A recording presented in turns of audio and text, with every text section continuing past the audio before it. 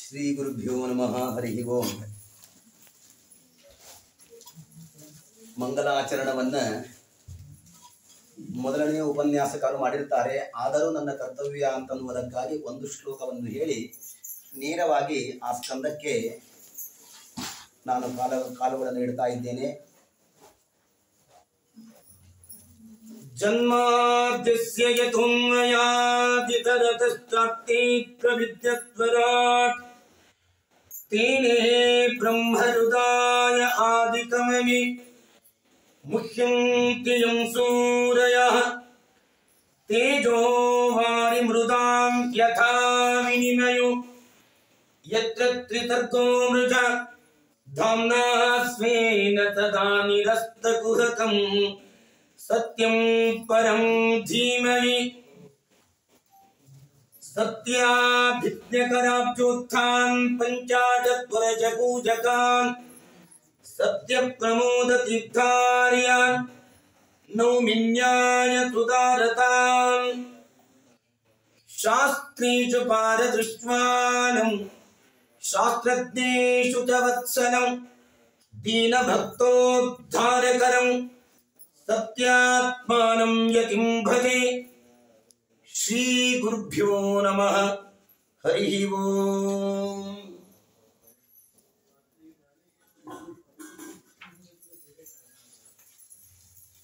ರಾಜೋವಾಚ ಸಮಪ್ರಿಯ ಸೃಹೃದ್ಬ್ರಹ್ಮನ್ ಭೂತಾನಾಂ ಭಗವಾನ್ ಸ್ವಯಂ ಇಂದ್ರಸ್ಯಾರ್ಥೇ ಕಥಂ ದೈತ್ಯಾನ್ ಅವಧೀತ್ ವಿಷಮೋ ಯಥಾ ಸ್ವಸ್ತ್ಯತ್ತು ಸತಾಂ ಅಖಿಲ ಸನ್ಮಂಗಲಾನಿ ಭವಂತು.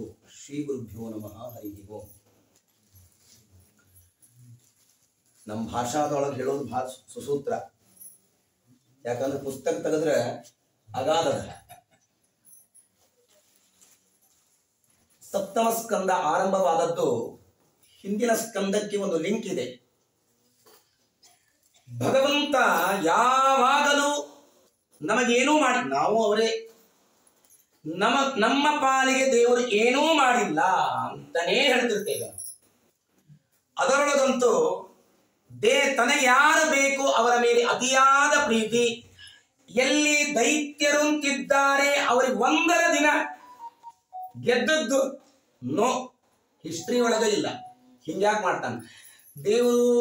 ಸ್ಟೇಟ್ಮೆಂಟು ಗೀತೆಯಲ್ಲಿ ಹೇಳಿಕೊಳ್ಳೋದು ಭಾರಿ ಹೇಳ್ಕೊಂಡ್ಬಿಡ್ತಾನೆ. ಆದ್ರೆ ಅಲ್ಲಿ ಏನ್ ಹೇಳ್ಕೊಂಡಾನ, ಹೇಳಿಕೊಂಡಂತೆ ದೇವರು ವ್ಯವಹಾರ ಮಾಡೋದಿಲ್ರಿ. ಅಲ್ಲಿ ಏನ್ ಹೇಳ್ಕೊಂಡಿದ್ದಾನೆ? ಇಂದ್ರನ ಎದುರಿಗೆ, ಇಂದ್ರಾವತಾರಿಯಾದ ಅರ್ಜುನನ ಎದುರಿಗೆ ಸಮೋಹಂ ಸರ್ವಭೂತೇಷು ನಮೇ ದ್ವೇಷ್ಯೋಸ್ತಿ ನ ಪ್ರಿಯ. ಇದು ದೇವರು ಅಲ್ಲಿ ಹೇಳ್ಕೊಂಡದ್ದು. ಇದು ಗೀತಾದೊಳಗೆ ಮಾತ್ರ ಕೂತಾವ. ಆದರೆ ಪ್ರಾಕ್ಟಿಕಲಿ ನೋಡಿದರೆ ದೇವರು ಎಂದೆಂದಿಗೂ ದೇವತೆಗಳ ಪರವಾಗಿಯೇ ಇದ್ದಾನೆ. ಎಂದೆಂದಿಗೂ ದೈತ್ಯರನ್ನು ಏನ್ ಗಂಟು ಹೋಗ್ತಿತ್ತು ದೇವರಿಗೆ? ಇಂದ್ರನನ್ನ ಕೊಲ್ಲಲ್ಪಡುವ ಮಗನನ್ನ ಕೊಟ್ಟಿದ್ರೆ ದೇವರಿಗೆ ಏನ್ ಗಂಟು ಏನಾಗ್ತಿತ್ತು? ಮಾಡಿದ್ದರು ದೇವರು? ಮಾಡಲಿಲ್ಲ. ಎಲ್ಲ 49 ಜನರು ಕೂಡ ಇಂದ್ರನಿಗೆ ಸಹಾಯಕರಾಗಿ ತಮ್ಮಂದಿರಾಗಿ ಇರುವ ಭಾಗ್ಯವನ್ನೇ ದೇವರು ಕೊಟ್ಟ. ಹಿಂಗ್ಯಾಕೆ ಮಾಡ್ತಾನೆ? ಇದು ಎಲ್ಲರಿಗೂ ಕಾಡುವ ಪ್ರಶ್ನೆ. ಸ್ವಾಮಿ, ನಾವು ಧಾಬಳಿ ಬಿಟ್ರೆ ಒದ್ದಿ ಬಿಟ್ರೆ ಧಾಬಳಿ, ಯಾವಾಗಲೂ ಇಡ್ಲಿ ಬಲಿ ಇದ್ರ ಮೇಲೇನೇ ಊಟ, ನಿತ್ಯ ದೇವರ ಪೂಜೆ, ಇಷ್ಟೆಲ್ಲ ಮಾಡ್ತೇವೆ. ದೇವರು ನಮ್ಮನ್ನು ಏನೇನೇನೇನೇನೇನು ಮಾಡಂಗಿಲ್ಲ. ಪಕ್ಕಕ್ಕ ಇದ್ದಾರೆ, ಏನೂ ಮಾಡುವುದಿಲ್ಲ, ಅತ್ಯಂತ ಉತ್ಸಾಹವಾದ ಸ್ಥಿತಿಯಲ್ಲಿದ್ದಾರೆ. ಏನಿದು? ಹಿಂಗ್ಯಾಕೆ ಮಾಡ್ತಾನೆ ದೇವರು? ಇದು ನಮಗೆ ಕಾಡುವ ಪ್ರಶ್ನೆ.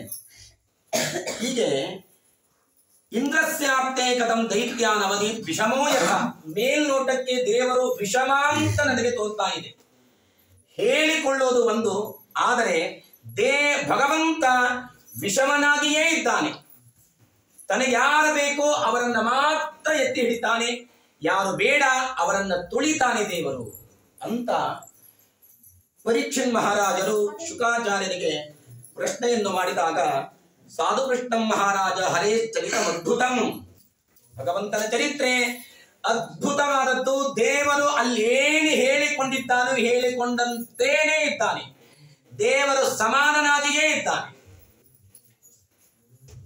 ಅನ್ನುವುದನ್ನ ಬಹಳ ಸುಂದರವಾಗಿ ಹೇಳ್ತಾರೆ.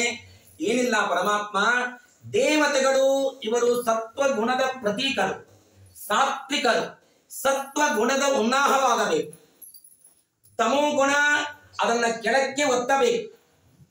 ಇದು ಯಾವ ಗುಣದ ಪ್ರತೀಕರು ಆ ಗುಣಗಳ ಮೇರೆಗೆ ಪರಮಾತ್ಮ ನಮ್ಮನ್ನು ಟ್ರೀಟ್ ಮಾಡ್ತಾ ಇರ್ತಾನೆ. ಈ ಅರ್ಥದಲ್ಲಿ ದೇವರು ಸಮಾನನೇ ಆಗಿದ್ದಾನೆ. ತಮೋಗುಣದ ಪ್ರತೀಕರಾದ ದೈತ್ಯರನ್ನ ಸಂಹಾರವನ್ನೇ ಮಾಡಬೇಕು. ಯಾರು ಸತ್ವಗುಣವೋ ಅದನ್ನ ಮೇಲಕ್ಕೆ ಎತ್ತಬೇಕು. ಸತ್ವಗುಣದ ಪ್ರತೀಕರಾದ ದೇವತೆಗಳನ್ನ ಪರಮಾತ್ಮ ಎತ್ತಾನೆ. ಹಾಗಾಗಿ ಇದರಲ್ಲಿ ಏನು ದೇವರು ಅಲ್ಲಿ ಏನು ಹೇಳಿಕೊಂಡಿದ್ದಾನೋ ಹೇಳಿಕೊಂಡಂತೆ ಪರಮಾತ್ಮ ಇದ್ದಾನೆ. ನಮ್ಮ ಒಬ್ಬ ನ್ಯಾಯಾಧೀಶ ಇದ್ದಾನೆ. ನ್ಯಾಯಾಧೀಶ ಇದ್ದಾಗ ಅತೀ ತಪ್ಪು ಮಾಡಿದ ಒಬ್ಬ ವ್ಯಕ್ತಿನೂ ಇದ್ದಾನೆ, ಇನ್ನು ಒಳ್ಳೆ ವ್ಯಕ್ತಿನೂ ಇದ್ದಾನೆ. ನಾನು ಪಾರ್ಶಾಲಿಟಿ ಮಾಡೋದಿಲ್ಲ, ಇಬ್ಬರಿಗೂ ಒಂದೇ ನಾನು ಮೋಚನವನ್ನು ಮಾಡಿಬಿಡ್ತೇನೆ ಅಂತಂದ್ರೆ ಅವನು ನಿಜವಾದ ನ್ಯಾಯಾಧೀಶ ಅಂತರಬೇಕು. ಅವನಿಗೆ ಯಾರು ತಪ್ಪು ಮಾಡಿದ್ದಾರೋ ಆ ತಪ್ಪು ಮಾಡಿದ ವ್ಯಕ್ತಿಗೆ ಶಿಕ್ಷೆಯನ್ನು ಕೊಡಬೇಕು. ಯಾರು ನಿಜವಾದ ವ್ಯಕ್ತಿಯೋ ಅವನನ್ನ ಮೇಲಕ್ಕೆ ಎತ್ತಿ ಹಿಡಿದ ಅಂತಾದರೆ ಅವನು ನಿಜವಾದ ನ್ಯಾಯಾಧೀಶ ಅಂತಾರೆ. ಏನ್ ಅಕ್ಯುರೇಟ್. ಈಗ ನಮ್ಮ ಭೀಮಸೇನಾಚಾರ್ಯ ಇದ್ದಾರೆ. ನನಗೆ ಪಾರ್ಶಾಲಿಟಿ ಮಾಡೋ ನನಗೆ ಇದಿಲ್ರಿ ಆಚಾರ. ನನಗೆ ಒಟ್ಟು 100 ಜನ ವಿದ್ಯಾರ್ಥಿಗಳು ಇದ್ದಾರೆ. ಯಾರು ಬ್ಲ್ಯಾಂಕ್ ಪೇಪರ್ ಕೊಟ್ಟಾರೆ ಅವನಿಗೂ 100ಕ್ಕೆ 100. ಅಕ್ಯುರೇಟ್ ಯಾರು ಅದ್ಭುತವಾಗಿ ಪೇಪರ್ ಅನ್ನು ಬರ್ತಾರೆ ಅವ್ನು 100ಕ್ಕೆ 100 ಸಮಾನ ಅಂತ ಅನ್ಬೇಕು. ಅವರಿಗೆ ಒಳ್ಳೆ ಮೇಷ್ಟ್ರ ಅಂತ ಅನ್ಬೇಕು. ಇವರಿಗೆ ತಪ್ಪದು. ನಿನಗೆ ಪಾರ್ಶಾಲಿಟಿ ಮಾಡೋದು ಇಚ್ಛಾ ಇಲ್ಲ ಅಂತಂದ ಮಾತ್ರ ಬ್ಲ್ಯಾಂಕ್ ಪೇಪರ್ ಬರೆದು ಕೊಟ್ಟವಗೂ 100 ಕೊಡ್ತೇನೆ, ಎಲ್ಲಾ 100ಕ್ಕೆ 100 ಸರಿಯಾಗಿ ಬರೆದ ವ್ಯಕ್ತಿಗೂ 100 ಕೊಡ್ತೇನೆ ಅಂತಂದ್ರೆ ಇದೇನಿದು ಸಮಾನ ಅಂತ ಅನ್ಬೇಕಾ? ಅಲ್ಲಿಗೆ ಸಾಧ್ಯವೇ ಇಲ್ಲ. ಯಾರು ಅವರವರ ಯೋಗ್ಯತೆಗೆ ತಕ್ಕಂತೆ ಎಷ್ಟು ಬರೆದಿದ್ದಾರೋ ಅಷ್ಟು ಸರಿಯಾದ ರೀತಿಯಲ್ಲಿ ಯಾರು ಮಾರ್ಕ್ಸ್ ಕೊಡುತ್ತಾರೋ ಅವರು ಅದ್ಭುತವಾದ ವ್ಯಕ್ತಿಗಳು ಅಂತ ಅವರನ್ನು ಇನ್ನಷ್ಟು ಮಾನ್ಯತೆ ಅವರನ್ನ ಸನ್ಮಾನವನ್ನು ಮಾಡ್ತಾರೆ. ಆ ನಿಟ್ಟಿನಲ್ಲಿ ಪರಮಾತ್ಮನಿಗೆ ಯಾರ ಮೇಲೂ ದ್ವೇಷ ಇಲ್ಲ, ಯಾರ ಮೇಲೆಯೂ ದೇವರಿಗೆ ಪ್ರೀತಿ ಇಲ್ಲ. ಕುಟಿಲ ದ್ವೇಷದವ ನೀನಲ್ಲ, ನಿನ್ನಾರ್ಭಟ ಕಂಗಿ ಧರಿಸುವುದಲ್ಲ, ನರ ನಟನೆ ಮಾಡಿದ್ಯೋ ಲಕ್ಷ್ಮೀನಲ್ಲ. ಜಗನ್ನಾಥದಾಸರು ಹೇಳ್ತಾರೆ, ದೇವರಿಗೆ ಯಾರ ಮೇಲೆಯೂ ಪ್ರೀತಿ ಇಲ್ಲ. ಎಲ್ಲರೂ ಅಂತಾರೆ ದೇವತೆಗಳನ್ನ ಮಾತ್ರ ನೋಡ್ತಾನೆ ಅಂತಂದ್ರೆ, ಅಭಿಮನ್ಯುವಿನನ್ನ ದೇವರು ಸರ್ವರಕ್ಷಕನಾದ ಪರಮಾತ್ಮ ರಕ್ಷಣಾ ಮಾಡಬೇಕು. ಅವನೇ ಇದ್ದಾಗ ಬೇಕಾದಂಗ ಆ ಅಭಿಮನ್ಯುವಿನನ್ನ ರಕ್ಷಣಾ ಮಾಡಬೇಕಾಗಿತ್ತು. ತಂಗಿ ಮಗರಿ ಅಭಿಮನ್ಯು ಇಂತಹ ವ್ಯಕ್ತಿಯ ಸಂಹಾರದ ಸಂದರ್ಭದಲ್ಲಿ ಪರಮಾತ್ಮ ದೇವತೆಗಳನ್ನ ಮಾತ್ರ ನೋಡುತ್ತಾನೆ ಅಂತ ನೀವು ಹೇಳುವುದಾಗಿದ್ದರೆ ಅಭಿಮನ್ಯುವಿನನ್ನು ಕೂಡ ಪರಮಾತ್ಮ ರಕ್ಷಣೆಯನ್ನು ಮಾಡಬೇಕಾಗಿತ್ತು. ಯಾಕೆ ಮಾಡಲಿಲ್ಲ ಅಂತಂದ್ರೆ ದೇವರಿಗೆ ಅತಿ ಪ್ರಿಯರೂ ಯಾರು ಇಲ್ಲ, ಅವರಿಗೆ ದ್ವೇಷಿಗಳೂ ಯಾರು ಇಲ್ಲ. ಎಲ್ಲರನ್ನೂ ಒಂದೇ ರೀತಿಯಲ್ಲಿ ಪರಮಾತ್ಮ ನೋಡಿಕೊಳ್ಳುತ್ತಾನೆ. ಹಾಗಾಗಿ ಅವರವರ ಯೋಗ್ಯತೆಗೆ ತಕ್ಕಂತೆ ಅವರವರ ಕರ್ಮಗಳಿಗೆ ತಕ್ಕಂತೆ ಪರಮಾತ್ಮ ಅವರ ಯೋಗ್ಯತೆಯನ್ನ ಅವರ ಗತಿಯನ್ನು ಪರಮಾತ್ಮ ಕೊಡುತ್ತಾನೆ ಅಂತನ್ನುವುದನ್ನ ವಿಶೇಷವಾಗಿ ಹೇಳ್ತಾರೆ. ಈ ಒಂದು ಸಂದರ್ಭದಲ್ಲಿ ಒಂದು ಚರಿತ್ರೆಯನ್ನು ಹೇಳ್ತೇನೆ, ಕೇಳುವಂತ ನಾರದರು ಧರ್ಮರಾಜನಿಗೆ ಹೇಳಿದ ಒಂದು ಅದ್ಭುತವಾದ ಒಂದು ಇತಿಹಾಸವನ್ನ ಮಹಾನುಭಾವರಾದ ಶುಕ್ರಾಚಾರ್ಯರು ಪರೀಕ್ಷಿತ್ ಮಹಾರಾಜರಿಗೆ ಹೇಳ್ತಾ ಇದ್ದಾರೆ. ದೊಡ್ಡದಾದ ರಾಜಸೂಯ ಯಾಗ, ಜಗತ್ತಿನ ಎಲ್ಲ ದೇವತೆಗಳು ಬಂದಿದ್ದಾರೆ, ಎಲ್ಲ ರಾಜಾದಿರಾಜರು ಬಂದಿದ್ದಾರೆ. ಎಲ್ಲರೂ ಬಂದಾಗ ಧರ್ಮರಾಜ ಭೀಷ್ಮಾಚಾರ್ಯರಿಗೆ ಪ್ರಾರ್ಥನೆಯನ್ನು ಮಾಡಿದ. ಸ್ವಾಮಿ, ಮುಂದೆ ಎಲ್ಲರೂ ಬಂದದ್ದು ಆಯಿತು, ಮುಂದೇನು ಮಾಡಬೇಕು ಅಂತಂದಾಗ, ಏನಿಲ್ಲಪ್ಪ ಅಗ್ರ ಪೂಜೆ ಆರಂಭವಾಗಲಿ ಅಂತ. ಯಾರಿಗೆ ಅಂತಂದಾಗ ಗೊತ್ತಿದೇವನಿಗೆ ಧರ್ಮರಾಜನಿಗೆ ಧರ್ಮ ನಿಯಾಮಕ ಯಮಧರ್ಮರಾಜನ ಅವತಾರ. ಆದರೂ ಕುಲವೃದ್ಧರಾದ ಯಾರಿಗೆ ಭೀಷ್ಮಾಚಾರ್ಯರಿಗೆ ಪ್ರಾರ್ಥನೆಯನ್ನು ಮಾಡ್ತಾ ಇದ್ದಾನೆ.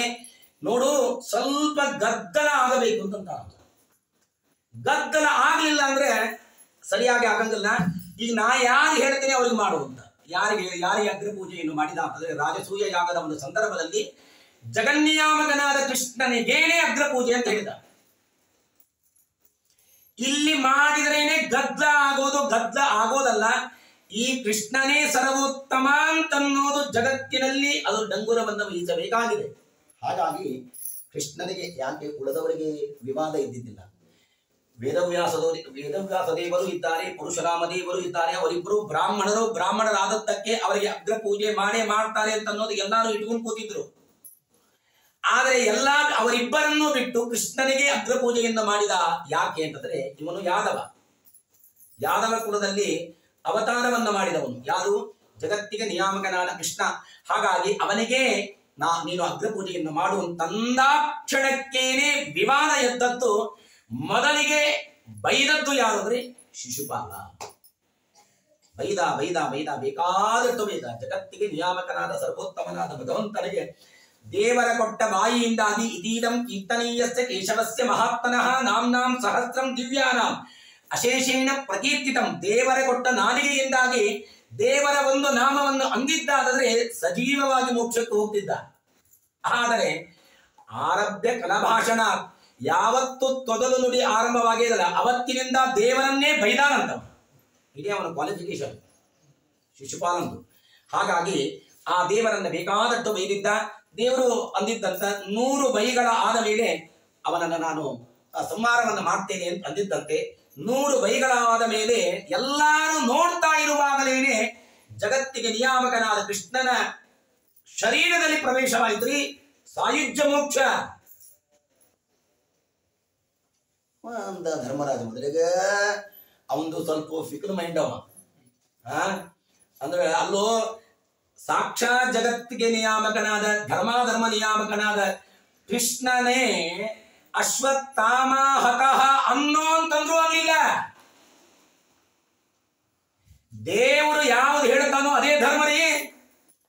ಹೀಗಾಗಿ ಧರ್ಮ ನಿಯಾಮಕನಾದ ಜಗತ್ತಿಗೆ ಒಡೆಗನಾದ ಕೃಷ್ಣನು ಅನ್ನೋ ಅಂತಂದ್ರು ಅನ್ನಿಲ್ಲ. ಇದು ಹೌದು, ಇನ್ನೂ ಅಶ್ವತ್ಥಾಮಾಚಾರ್ಯರು ತೀರ್ಕೊಂಡೇ ಇಲ್ಲ. ಅಶ್ವತ್ಥಾಮ ಹತಃ ಅಂಗ್ಲರ ಹೆಂಗ ಅಂತ. ನನ್ನಿಂದ ಸುಳ್ಳು ಆಡಿದಂತೆ ಆಗ್ತದೆ, ಆ ಪಾಪಕ್ಕೆ ನಾನು ಭಾಗಿ ಆಗುವುದಿಲ್ಲ ಅಂತ ಹೇಳಿ ನರೋವ ಕುಂಜರೋವ ಅಂತ ಮನಸ್ಸಿನಾಗ ಅಂತಾನಂತ. ಇಷ್ಟೇ ದೇವರ ಮಾತಿನ ಮೇಲೆ ಸಂದೇಹ ಪಟ್ಟದ್ದಕ್ಕೇನೆ ನರಕದ ದರ್ಶನವಾಯಿತಂತ. ಅದನ್ನ ಹೇಳಬೇಕಾದದ್ದು ಸಾಕ್ಷಾತ್ ಪರಮಾತ್ಮನೇ ಹೇಳಿದರೂ ಕೂಡ ಇದು ಹೌದೋ ಅಲ್ಲ ಅಂತಂದ ವ್ಯಕ್ತಿಯವನು. ಇಷ್ಟು ಧರ್ಮದ ಭೀರು ಧರ್ಮರಾಜ. ಅವನ ಎದುರಿಗೇನೆ ದೇವರನ್ನ ಚೆನ್ನಾಗಿ ಬೈದ ವ್ಯಕ್ತಿಗೇನೆ ದೇವರು ಅವನ ಶರೀರದಲ್ಲಿ ಪ್ರವೇಶವನ್ನು ಕೊಟ್ಟು ಬಿಟ್ಟ. ಇನ್ನಷ್ಟು ಅವನಿಗೆ ಭಾರಿ ದಿಗುಲು ಪಡುವಂತೆ ಆಗ್ತಾ ಇದೆ. ಇನ್ನೊಬ್ಬನು ಇದ್ದಾನೆ, ವೇನ ಅಂತ ಒಬ್ಬ ವ್ಯಕ್ತಿ ಇದ್ದಾನೆ. ಅವನು ಸೇಮ್ ತಪ್ಪೇ ಮಾಡ್ಯಾನ. ಈಗ ಮೊದಲೇ ಹೇಳಿಬಿಟ್ಟೇನೆ, ದೇವರು ಹೇಳೋದೊಂದು ಮಾಡೋದೊಂದು. ವೇನನು ದೇವರನ್ನ ಚೆನ್ನಾಗಿ ಬೈದಾನ. ಶಿಶುಪಾಲನು ಬೇಕಾದಷ್ಟು ಎಲ್ಲರ ಮಧ್ಯದಲ್ಲಿಯೂ ದೇವರನ್ನ ಬೈದಾನ. ಒಬ್ಬ ಬೈದವನಿಗೆ ಸಾಯುಜ್ಯ ಮೋಕ್ಷವನ್ನು ಕೊಟ್ಟ, ಇನ್ನೊಬ್ಬರಿಗೆ ಅಂಧಂತಮಸ್ಸು ಕೊಟ್ಟ. ಇಲ್ಲೇ ಅದ ಸ್ಪಷ್ಟ ಅದ. ಹಿಂಗ್ಯಾಕೆ ಮಾಡ್ಬೇಕದ? ಬೈದವರು ಇಬ್ರು ಸೇಮ್ ಅಂತಂದ ಮೇಲೆ ಕೊಟ್ಟರೆ ಇಬ್ಬರಿಗೂ ಸಾಯುಜ್ಯ ಮೋಕ್ಷವನ್ನೇ ಕೊಡಬೇಕಾಗಿತ್ತು. ಇಲ್ಲದೆ ಇದ್ದರೆ ಡೈರೆಕ್ಟ್ ಅವರಿಗೆ ನರಕವನ್ನೇ ಕೊಡಬೇಕಾಗಿತ್ತು. ಒಬ್ಬನಿಗೆ ಅಂಧಂತಮಸ್ಸು, ಇನ್ನೊಬ್ಬರಿಗೆ ಸಾಯುಜ್ಯ ಮೋಕ್ಷ. ಹೀಗೇಕೆ ಅಂತ ಪ್ರಶ್ನೆ ಬಂದಾಗ ಅಲ್ಲಿ ಹೇಳ್ತಾರೆ, ನೋಡಪ್ಪ ಪರಮಾತ್ಮ ಏನು ಮಾಡಿದ್ದಾನೆ ಸರಿಯಾಗಿ ಮಾಡಿದ್ದಾನೆ. ಈ ವ್ಯಕ್ತಿಗಳು ಯಾರು ಅಂತಂದ್ರೆ ಯಾರು ಶಿಶುಪಾಲ ದಂತವಕ್ರರು, ಹಿಂದೆ ರಾವಣ ಕುಂಭಕರ್ಣರು, ಅದಕ್ಕೂ ಮೊದಲಿಗೆ ಹಿರಣ್ಯಕಶಿಪು, ಹಿರಣ್ಯಾಕ್ಷ. ಹಿಂಗ ಮೂರು ಜನ್ಮದಲ್ಲಿಯೂ ಕೂಡ ಇವರೇನಿದ್ದಾರಲ್ಲ, ಇವರು ಒಳಗೆ ಇರತಕ್ಕಂತಹ ಜೀವರಾಶಿಗಳು ಸಾಕ್ಷಾತ್ ಸರ್ವೋತ್ತಮನಾದ ಭಗವಂತನ ಅಂತರಂಗ ಪ್ರಿಯರೇ. ಎರಡೆರಡು ಜೀವ ಇದೆ. ಒಂದು ದುಷ್ಟ ಜೀವವೂ ಇದೆ, ಇನ್ನೊಂದು ಒಳ್ಳೆ ಉತ್ತಮನಾದ ಭಗವಂತನಿಗೆ ಅತ್ಯಂತ ಪ್ರಿಯನಾದ ಒಬ್ಬ ಜೀವಿಯೂ ಇದ್ದಾನೆ. ಒಳಗೆ ಇರುವ ಜೀವರಾಶಿಗಳು ಯಾರು? ಜಯ ವಿಜಯರು ಇದ್ದಾರೆ. ನೋಡ್ಕೊಡ್ರಿ, ಜಯ ವಿಜಯರು ಹಿರಣ್ಯಾಕ್ಷ, ಹಿರಣ್ಯಕಶಪು, ಆಮೇಲೆ ಜಯ ವಿಜಯರು, ಇಲ್ಲಿಯೂ ಕೂಡ ರಾವಣ ಕುಂಭಕರ್ಣದಲ್ಲಿಯೂ ಕೂಡ ಇದ್ದಾರೆ. ಹಾಗೆ ಶಿಶುಪಾಲ ದಂತವಕ್ರದಲ್ಲಿಯೂ ಕೂಡ ಒಳ್ಳೆ ಇಬ್ಬಿಬ್ಬರು ಜೀವರಾಶಿಗಳು ಇದ್ದಾರೆ. ಯಾರು ತನ್ನ ಭಕ್ತರು ಅಂತಿದ್ದಾರಲ್ಲ, ಆ ಭಕ್ತರು ಮಾಡಿದ ತಾತ್ಕಾಲಿಕವಾದ ಏನಾದರೂ ಮಾಡಿದ್ದರೆ ಅದನ್ನ ಪರಮಾತ್ಮ ಪರಿಗಣನೆಯನ್ನು ಮಾಡೋದಿಲ್ಲ. ಅದನ್ನ ಪರಿಗಣನೆಯಿಂದ ಮಾಡದೇನೆ, ಯದ್ಯಪಿ ಅವರಿಗೆ ಮಾಡೋ ಇಚ್ಛಾ ಇರೋದಿಲ್ಲ, ಆದರೆ ಒಂದೇ ದೇಹದಲ್ಲಿ ಇಬ್ಬರು ಇದ್ದಾರಲ್ಲದೆ, ಒಬ್ಬ ದುಷ್ಟ ಚೇತನನೂ ಇದ್ದಾನೆ, ಇನ್ನೊಬ್ಬ ಸುಜೀವಿಯೂ ಇದ್ದಾನೆ. ಆ ದುಷ್ಟ ಚೇತನನ ವಶಾತ್ ಈ ವ್ಯಕ್ತಿಗಳು ಏನೋ ತಪ್ಪು ಮಾಡಿರ್ತಾರಲ್ಲ, ಆ ತಾತ್ಕಾಲಿಕವಾಗಿ ಮಾಡಿದ ತಪ್ಪನ್ನ ಪರಮಾತ್ಮ ಪರಿಗಣನೆಯನ್ನು ಮಾಡದೇನೆ ಆಮೇಲೆ ಅವರಿಗೆ ಉತ್ತಮವಾದ ಲೋಕವನ್ನೇ ಕೊಡುತ್ತಾನೆ ಹೊರತು ದೇವರು ಕೊಟ್ಟದ್ದು ಅಲ್ಲಿ ದೈತ್ಯನಿಗೆ ಕೊಟ್ಟಿಲ್ಲ, ಒಳಗಿರುವ ಅಂತರ್ಯಾಮಿಯಾದ ಪರಮಾತ್ಮ ಅದು ತನ್ನ ಭಕ್ತನಿಗೇನೆ ಜಯನಿಗೇನೆ ಉತ್ತಮವಾದ ಗತಿಯನ್ನು ಕೊಟ್ಟಿದ್ದಾನೆ ಅಂತ ಎಲ್ಲ ತರಹದ ಅದ್ಭುತವಾದ ಮಾತುಗಳನ್ನು ಆಡ್ತಾರೆ. ಆಮೇಲೆ ಹೀಗೆ ಯಾಕೆ ಅವರಿಗೆ ಅವರು ಯಾರು ಹಿರಣ್ಯಕಶಪು, ಹಿರಣ್ಯಾಕ್ಷ ಹಾಗೂ ರಾವಣ, ಕುಂಭಕರ್ಣ, ಶಿಶುಪಾಲ, ದಂತವಕ್ರ ಅಂತ ಮೂರು ಜನ್ಮದಲ್ಲಿ ಭಗವಂತನ ವಿರೋಧಿಗಳಾಗಿ ಭಗವಂತನ ದ್ವೇಷವನ್ನು ಮಾಡುವ ದೌರ್ಭಾಗ್ಯ ಅವರಿಗೆ ಯಾಕೆ ಬಂದಿತ್ತು ಅಂತಂದ್ರೆ ಸಣ್ಣದಾದ ಮಿಸ್ಟೇಕ್. ಯಾರು ಅಂದರೆ ಇವರೇ ಜಯ ವಿಜಯರು. ಎಂತಹ ಜಯ ವಿಜಯರು! ತಂತ್ರಸಾರೋಕ್ತವಾಗಿ ಪೂಜೆಯನ್ನು ಮಾಡುವಾಗ ದೇವರ ಮುಖ ನೋಡಬೇಕು ಅಂತಂದ್ರೆ ಪೂರ್ವದ್ವಾರೆ ಶ್ರೀಯೇ ನಮಃ, ಜಯಾಯ ನಮಃ, ವಿಜಯಾಯ ನಮಃ. ಜಯ ವಿಜಯರ ಅನುಮತಿ ಇಲ್ಲದೇನೆ ದೇವರ ಪಟ್ಟಿಗೆ ತೆಗಿಲಿಕ್ಕೆ ಸಾಧ್ಯವಿಲ್ಲ. ನೀವು ಇಂತಹ ಯೋಗ್ಯತೆಯನ್ನು ಪಡೆದ ದೇವತೆಗಳಲ್ಲಿ ಸರ್ವೋತ್ತಮನಾದ ಭಗವಂತನ ಬಾಗಿಲವನ್ನು ಕಾಯುವ ಮಹಾನುಭಾವರು ಅಮುಕ್ತ ಸ್ಥಾನದಲ್ಲಿ ಇದ್ದಾರೆ. ವೈಕುಂಠದಲ್ಲಿ 2 ಭಾಗ ಇದೆ, ಒಂದು ಮುಕ್ತ ಸ್ಥಾನ, ಇನ್ನೊಂದು ಅಮುಕ್ತ ಸ್ಥಾನ. ಇವರು ಎಲ್ಲಿ ನಿಂತಿದ್ದಾರೆ ಅಂತಂದ್ರೆ ಜಯ ವಿಜಯರು ಅಮುಕ್ತ ಸ್ಥಾನದಲ್ಲಿ ಏನು ದ್ವಾರ ಇತ್ತು ಅಲ್ಲಿ ದ್ವಾರಪಾಲಕರಾಗಿ ಇರುವಾಗ ಬ್ರಹ್ಮನ ಮಾನಸ ಪುತ್ರರಾದ ಮಹಾನುಭಾವರು, ನೋಡುವುದಕ್ಕೆ ಸಣ್ಣ ವಯಸ್ಸಿನವರು, ಮಹಾಜ್ಞಾನಿಗಳು, ಅವರು ಸನಕ ಸನಂದಾದಿಗಳು ಅವರು ಬಂದಿದ್ದಾರಂತೆ.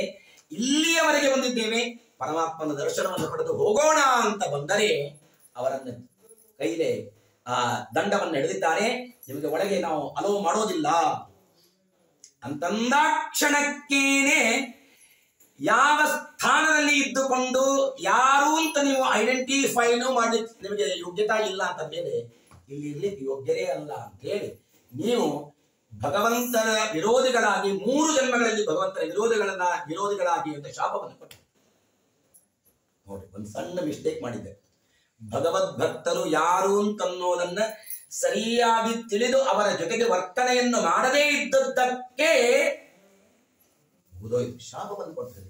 ಏನು ಶಕ್ತಿ ಇರಬೇಕು, ಅಂದ ವಚನವ ನಿಜಕ್ಕೆ ತಂದು ತೋರ್ಪನು ಅಂತ ವಿಜಯದಾಸರು ಅಂತಾರೆ. ಭಗವದ್ ಭಕ್ತರು ಏನ್ ಆಡ್ತಾರೋ ಆಡಿದ ಮಾತನ್ನ ಪರಮಾತ್ಮ ಸತ್ಯ ಮಾಡ್ತಾನೆ. ಹುಲಿ ಇಲಿಯಾಗುವುದು, ತೋಳೆ ಕೋಳ್ಯಾಗುವುದು. ಆ ಭಗವದ್ ಭಕ್ತರು ಹುಲಿ ಇಲಿಯಾಗಲಿ ಅಂತಂದರು, ಅದು ಇಲಿ ಆಗ್ತದ. ಈಗೇನಂದಿದ್ರೆ ಎಂಥ ಭಕ್ತರು, ಭಗವಂತನ ಬಾಗಿಲವನ್ನು ಕಾಯುವ ಜಯ ವಿಜಯರು ಅಂತಹ ಒಳ್ಳೆ ದೇವರ ಸೇವಕರಾಗಿ ಇದ್ದುಕೊಂಡು ದೇವರನ್ನ ನಿತ್ಯವೂ ನೋಡುವ ಸೌಭಾಗ್ಯವನ್ನು ಪಡೆದ ಆ ವ್ಯಕ್ತಿಗಳಿಗೆ ತಮ್ಮನ್ನ ಒಳಗೆ ಬಿಡಲಿಲ್ಲ ಅಂತನ್ನುವುದಕ್ಕಾಗಿ ಶಾಪಗ್ರಸ್ತರಾಗಿ ದೇವರಿಂದ ವಿಮುಖರಾಗಿ 3 ಜನ್ಮದಲ್ಲಿ ಯಾರ ಮಾತು 5-6 ವರ್ಷದ ಬಾಲಕರಂತೆ ಇರತಕ್ಕಂತಹ ಆ ಒಳ್ಳೆ ಸ್ಫುರದ್ರೂಪಿಗಳಾದ ಆ ಬ್ರಹ್ಮನ ಮಾನಸ ಪುತ್ರರಾದ ಸನಕಾದಿಗಳ ಕೊಟ್ಟ ಶಾಪದಿಂದಾಗಿ ಮುಗುದೇ ಹೋಯಿತು. ಹಾಗೇ ಬಿಟ್ಟು ಇದು ಭಗವದ್ಭಕ್ತರಲ್ಲಿ ಏನು ಶಕ್ತಿ ಅದಂತನ್ನೋದನ್ನು ತೋರುತ್ತಾರೆ. ಭಯದಿಂದ ಸುರಿವ ಮಳೆ ನಿಲ್ಲುವುದು, ಏನ್ ಬೇಕಾದ ಮಾಡುವ ಸಾಮರ್ಥ್ಯ ಇದೆ ಭಗವದ್ಭಕ್ತರಿಗೆ. ಸತ್ಯಾಂತತೀರ್ಥ ಶ್ರೀಪಾದಂಗಳವರು ಇದೇ ಚಾತುರ್ಮಾಸ್ಯದ ಸಂದರ್ಭದಲ್ಲಿ ನೀವೆಲ್ಲರೂ ನೋಡಿದ್ದೀರಿ, ಹೋದವರು ಇದ್ದೀರಿ. ಸಂತೆಯವರಿಗೆ ಕೊಡಬೇಕಾಗಿತ್ತು. ಸಂತೆ ಬೀದಿನಲ್ಲಿ ಕೂಡಬೇಕು ಅಂತಂದ್ರೆ ಹಿಂದಿನ ದಿನ ಅವರಿಗೆ ಇನ್ವೈಟ್ ಮಾಡ್ಯಾರ. ರಾಮದೇವರ ಪೆಟ್ಟಿಗೆಯೂ ಬಂದದ್ದು ಆಯಿತು, ದೊಡ್ಡ ಪೆಂಡಾಲು ರೆಡಿ ಆಗ್ಯದ. 20 ದಿನದಿಂದನೂ ಹೇಳಿಕತ್ತಾರ, ಸ್ವಾಮಿ ಯಾವ ಬಾವಿ ಒಳಗೂ ಒಂದು ತೊಟ್ಟು ನೀರಿಲ್ಲ, ಪಿನಾಕಿನಿ ನದಿ ಅದ, ಗ್ರೌಂಡ್ ಅದ, ಏನು ನೀರಿಲ್ಲ, ನೀರಿಲ್ಲದೇನೆ ದೇವರ ಪೂಜೆ ಆಗಂಗಲ್ಲ. ಆದದ್ದಿದು ಅಲ್ರಿ, ಹಿಂದಿನ ದಿನ ಬಂದು ಬಿಟ್ಟಾರ, ಒಳಗೆ ಬಂದಾರ, ಪಾಠ ನಡೆದದ 11ರವರೆಗೆ, 11 ಗಂಟೆಗೆ, ರಾತ್ರಿ 11ಕ್ಕೆ. ಅಲ್ಲಿ ತನಕನೂ ಅವರು ಕಮಿಟಿಯವರು ಬಂದಾದ ತಕ್ಷಣ ಏನ್ ಹೇಳ್ಬೇಕು ಸ್ವಾಮಿಗಳು, ಇಲ್ಲಿ ಯಾಕೆ ಕೂತಾರ ಅಂತಿದ್ರು. ಇಬ್ರು ಕೂತಾರ, ನೋಡಿರಲಿಲ್ಲ, ಅದೇ ಸತ್ಯಪರಾಯಣರು. ಅಲ್ಲಿ ಅವರ ಸನ್ನಿಧಾನದೊಳಗೆ ಮಾಡ್ಬೇಕಂತ ಮಾಡೇವಿ. ಭಗವಂತ ಇದ್ದಾನೆ, ರಾಮದೇವನ ಪೆಟ್ಟಿಗೆ ತೋರಿಸಿದ್ರಂತೆ, ಇಬ್ಬರು ಗುರುಗಳು ಇದ್ದಾರೆ. ರಾತ್ರಿ 11ಕ್ಕೆ ಏನೇನು ಇಲ್ಲ, ಬೆಳಗಾದ ತಕ್ಷಣವೇ ಸಂಕಲ್ಪವನ್ನು ಮಾಡಬೇಕು. 52 ದಿನಗಳವರೆಗೆ ನಿರಂತರವಾಗಿ ಅಲ್ಲೇನೋ ರಾಮದೇವರ ಆರಾಧನೆ ಆಗಬೇಕು. ಬೇಕಾದಷ್ಟು ಎಲ್ಲ ಸಂಗ್ರಹವಾಗಿದೆ. ಇಷ್ಟಾದರೂ ಕೂಡ ಯಾವ ಬಾವಿಯಲ್ಲಿಯೂ ಒಂದು ತೊಟ್ಟು ನೀರಿಲ್ಲ. 11 12 ಮತ್ ಬಂದ್ರಂತೆ ಎಲ್ಲರೂ.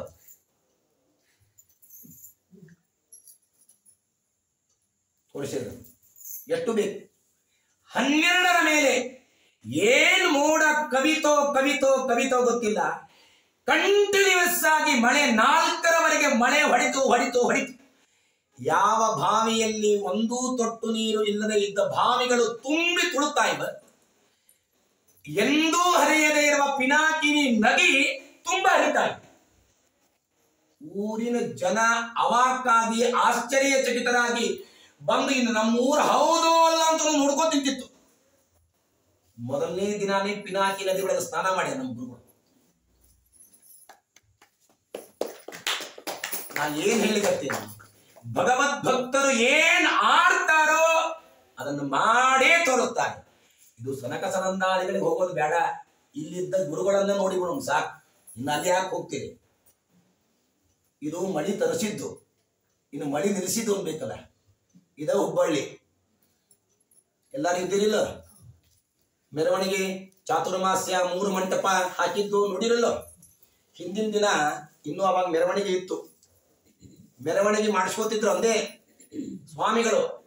ಅಂತ ಮೆರವಣಿಗೆ ಅದ್ದೂರಿಯಾದ ಮೆರವಣಿಗೆ ಆಗಬೇಕು, ಅದ್ದೂರಿಯಾದ ಮೆರವಣಿಗೆ ಆಗಬೇಕು. ಜೆ ಕಾಲೇಜಿನಿಂದ ಹಿಡಿದುಕೊಂಡು ಆ ಉತ್ತರಾದಿ ಮಠದವರೆಗೆ ಇನ್ನು 50-60 ದಿನಗಳವರೆಗೆ ಭಾರಿ ಉತ್ಸಾಹದಿಂದಾಗಿ ಆ ಚಾತುರ್ಮಾಸ್ಯ ನೆರವೇರಬೇಕಾಗಿದ್ದರೆ ಈ ಪ್ರೊಸೆಷನ್ ಸಕ್ಸಸ್ ಆಗಬೇಕು ಅಂತ ಎಲ್ಲರಿಗೂ ಅಪೇಕ್ಷೆ ಇರೋದು. ಅದಕ್ಕೆ ಅಂದ್ರ ಭಾರಿ ತಯಾರಿ ಮಾಡ್ಯಾರ, ಭಾರಿ ತಯಾರಿ ಆಗ್ಯದ. ನಾವು ಎಲ್ಲರೂ ಇದ್ದೇವೆ, ನೋಡೇವಿ, ಕಣ್ಣಾರೆ ಎದುರಿಗಿದ್ದೇವೆ.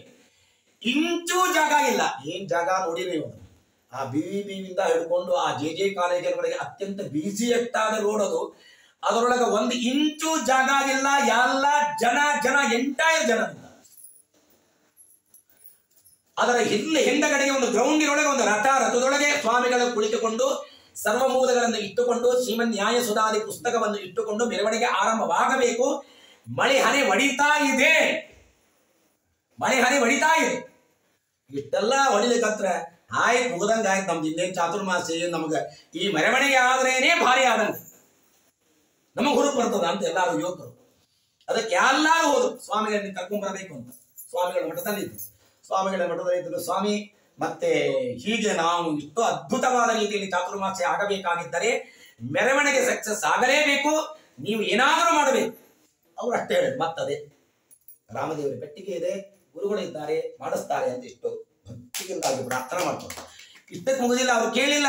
ಸ್ವಾಮಿ ನೀವು ಎದ್ದು ನಾವು ನಮಸ್ಕಾರವನ್ನು ಹಾಕ್ಲೇಬೇಕು, 2 ತುಪ್ಪದ ದೀಪವನ್ನು ತೆಗೆದುಕೊಂಡು ಬನ್ನಿ ಅಂತ ಹೇಳಿ ಬಂಗಾರದ 2 ನೀಲಾಂಜನ ತುಪ್ಪದ ದೀಪವನ್ನು ಹಚ್ಚಿ ರಾಮದೇವರ ಪೆಟ್ಟಿಗೆಯ ಹತ್ತಿರ 2 ಬಂಗಾರದ ತಟ್ಟೆಯಲ್ಲಿ 2 ತೆಂಗಿನಕಾಯಿಯನ್ನ ಮಂತ್ರಿಸಿ ರಾಮದೇವರ ಎದುರಿಗೆ ಇಟ್ಟರೆ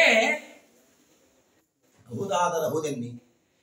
ಎಲ್ಲಿ ಹೋತೋ ಗೊತ್ತಿಲ್ಲ, ಭಾರಿ ಗಾಳಿ ಎಲ್ಲಾ ಮೋಡವನ್ನ ಚದುರಿಸಿಕೊಂಡು ಹೋದದಕ್ಕೆ ಸಕ್ಸಸ್. ಬರೋ ಮಳೆಯನ್ನು ನಿಲ್ಲಿಸಿಬಿಟ್ಟು ಒಳಗೆಲ್ಲಾರು ಬಂದ್ರು. ಎಲ್ಲರೂ ಯಾರಿದ್ರು ಸ್ವಲ್ಪ ಕೈಯಲ್ಲಿ ಎತ್ರಿ ಮತ್ತೆ ಮತ್ತೆ ಕೈಯಲ್ಲಿ ಎತ್ತಬೇಕು ಮತ್ತಲ್ಲ ಹೌದು ಆಚಾರ್ಯ ಗೋಡಾ ಹೈ ಮೈದಾನ ಹೈ ಅಂತ ಅನ್ಕೋದ್ ಸುಮ್ಮನೆ ಹಿಂಗ ಏನೋ ಕೇಳ್ಬೇಡ್ರಿ ಅಂತ. ಇದು ಅದ್ರ ಹಿತ್ತಲ ಗಿಡ ಮಧ್ಯೆ ಮಧ್ಯರಂಗ ನಮಗ ಈಗ ಇದ್ದಾರೆ ಇಂಥ ಗುರುಗಳು, ಅವ್ರು ಅಂದದ್ದಾಗ್ತದೆ, ನಂಬಿಕೆ ಇರಬೇಕು. ಆ ಸನಕ ಸನಂದಾದಿಗಳ ಹತ್ರ ಹೋಗೋದು ಬೇಡ ಬೇಡ. ಅವ್ರು ಏನಂದ್ರು ಕ್ಷಣಾರ್ಥದಲ್ಲಿ ಅಸುರರಾಗಿ ಹುಟ್ಟ್ಯಾರ ಅಂತ ಅನ್ನೋದು ಏನ್ ದೊಡ್ಡ ಸ್ಥಿತಿ ಅಲ್ಲ. ಎಂತಹ ಮಹಾನುಭಾವ. ಆಯ್ತಾ, ಒಳಗ್ ಬಂದ್ರಿ, ದೊಡ್ಡ ಪೆಂಡಾಲಿತ್ತು. ಒಳಗೆ ಎಲ್ಲಾರು ಬಂದ ಮೇಲೆ ಕೃಷ್ಣ ಹೆಂಗ ಗೋವರ್ಧನಗಿರಿ ಎತ್ತಿ ಎಲ್ಲಾರು ರಕ್ಷಣಾ ಮಾಡಿದ್ದಲ್ಲ, ಹಂಗ 10,000 ಜನರನ್ನ ಒಳಗ್ ಕರೆದು ಆರಾಮ್ ಕೂತು ಎಲ್ಲಾರಿಗೂ ಸೀಟ್ ಇತ್ತು, ಎಲ್ಲಾರಿಗೆ ಸೀಟ್ ಇತ್ತು. ಮುಂದೆ ಕಂಟಿನ್ಯೂಸ್ ಆಗಿ 3-4 ಗಂಟೆ ಕಾರ್ಯಕ್ರಮ ಆಗಿದೆ. ಅಲ್ಲಿ ತನಕನು ಕಂಟಿನ್ಯೂ ನೀವು ಬಳಿ ಹೊಡೆದ್ರಿ. ನಮ್ ಜನಕ್ಕೆ 10 ಗಂಟೆ ಆದ್ರೆ ಸ್ವಲ್ಪ ಎಚ್ಚರಿಕೆ ಬರ್ತದೆ. ಅಲ್ಲಿ ನಮ್ಮ ಈ ಕಡೆ ನಮ್ಮ ಬೆಂಗಳೂರು ಜನ ಅಲ್ಲ, ಬೆಂಗಳೂರು ಅವ್ರು 7 ಆದ್ಮೇಲೆ ಹಿಂಗೆ ಶುರು ಹತ್ಲಾಗಿತ್ತ ಇಲ್ಲೆಲ್ಲ ಇಲ್ಲ 10 ಗಂಟೆ ಆದ್ಮೇಲೆ ಶುರು ಆಗ್ತದಲ್ಲ. ಹಂಗೆ ನೋಡ್ಲಿಕ್ಕೆ ಶುರು ಆಗ ಮನೆಗೆ ಹೋಗೋದು ಹೆಂಗೆ ಎಲ್ಲ ಆಗಿತ್ತು. ಸ್ವಾಮಿಗಳ ಅನುಗ್ರಹ ಸಂದೇಶ ಆಯ್ತು, 10:30 ಆಯ್ತು. ಮನೆಗೆ ಹೋಗೋದು ಹೆಂಗೆ ಇಷ್ಟು ಧೋ ಧೋ ಧೋ ಧೋ ಅಕ್ಷರಶಃ ಕೃಷ್ಣ ಅಲ್ಲಿ ಸ್ವಾಮಿಗಳವರು ಕೃಷ್ಣಾರ್ಪಣ ಮಸ್ತು ಅಂತ ಹೇಳಿ ಅನಾತಂಕವಾಗಿ ಅಲ್ಲಿ ತಮ್ಮ ಅನುಗ್ರಹ ಸಂದೇಶ ಮುಗಿಸ್ಯಾರೆ. ಹೊರಗೆ ನೋಡಿದ್ರೆ ಒಂದು ಹನಿ ನೀರು ಭರದಿಂದ ಸುರಿವ ಮಳೆ ನಿಲ್ಲೆನೆಲು ನಿಲ್ಲುವುದು ವನಜನಾಭನ ಕೃಪೆಯ ಪಡೆದ ದಾಸರಿಗೆ ಎಲ್ಲೂ ಭಯಗಳು ಹರಿಯ ಭಕುತರಿಗೆ ಇಲ್ಲ. ವಿಜಯದಾಸರು ಹೇಳಿದ ಮಾತು, ನನ್ನ ಮಾತಲ್ಲ. ಹಾಗೆಯೇ ಆ ಸನಕ ಸಂದಾದಿಗಳು ಅವರಿಗೆ ಆ ರೀತಿಯಲ್ಲಿ ಮಾಡಿದ್ದೇ ತಡ ಶಾಪವನ್ನು ಕೊಟ್ಟಿದ್ದಾರೆ. 3 ಜನ್ಮ ಅಸುರರಾಗಿ ಇದ್ದಾರೆ.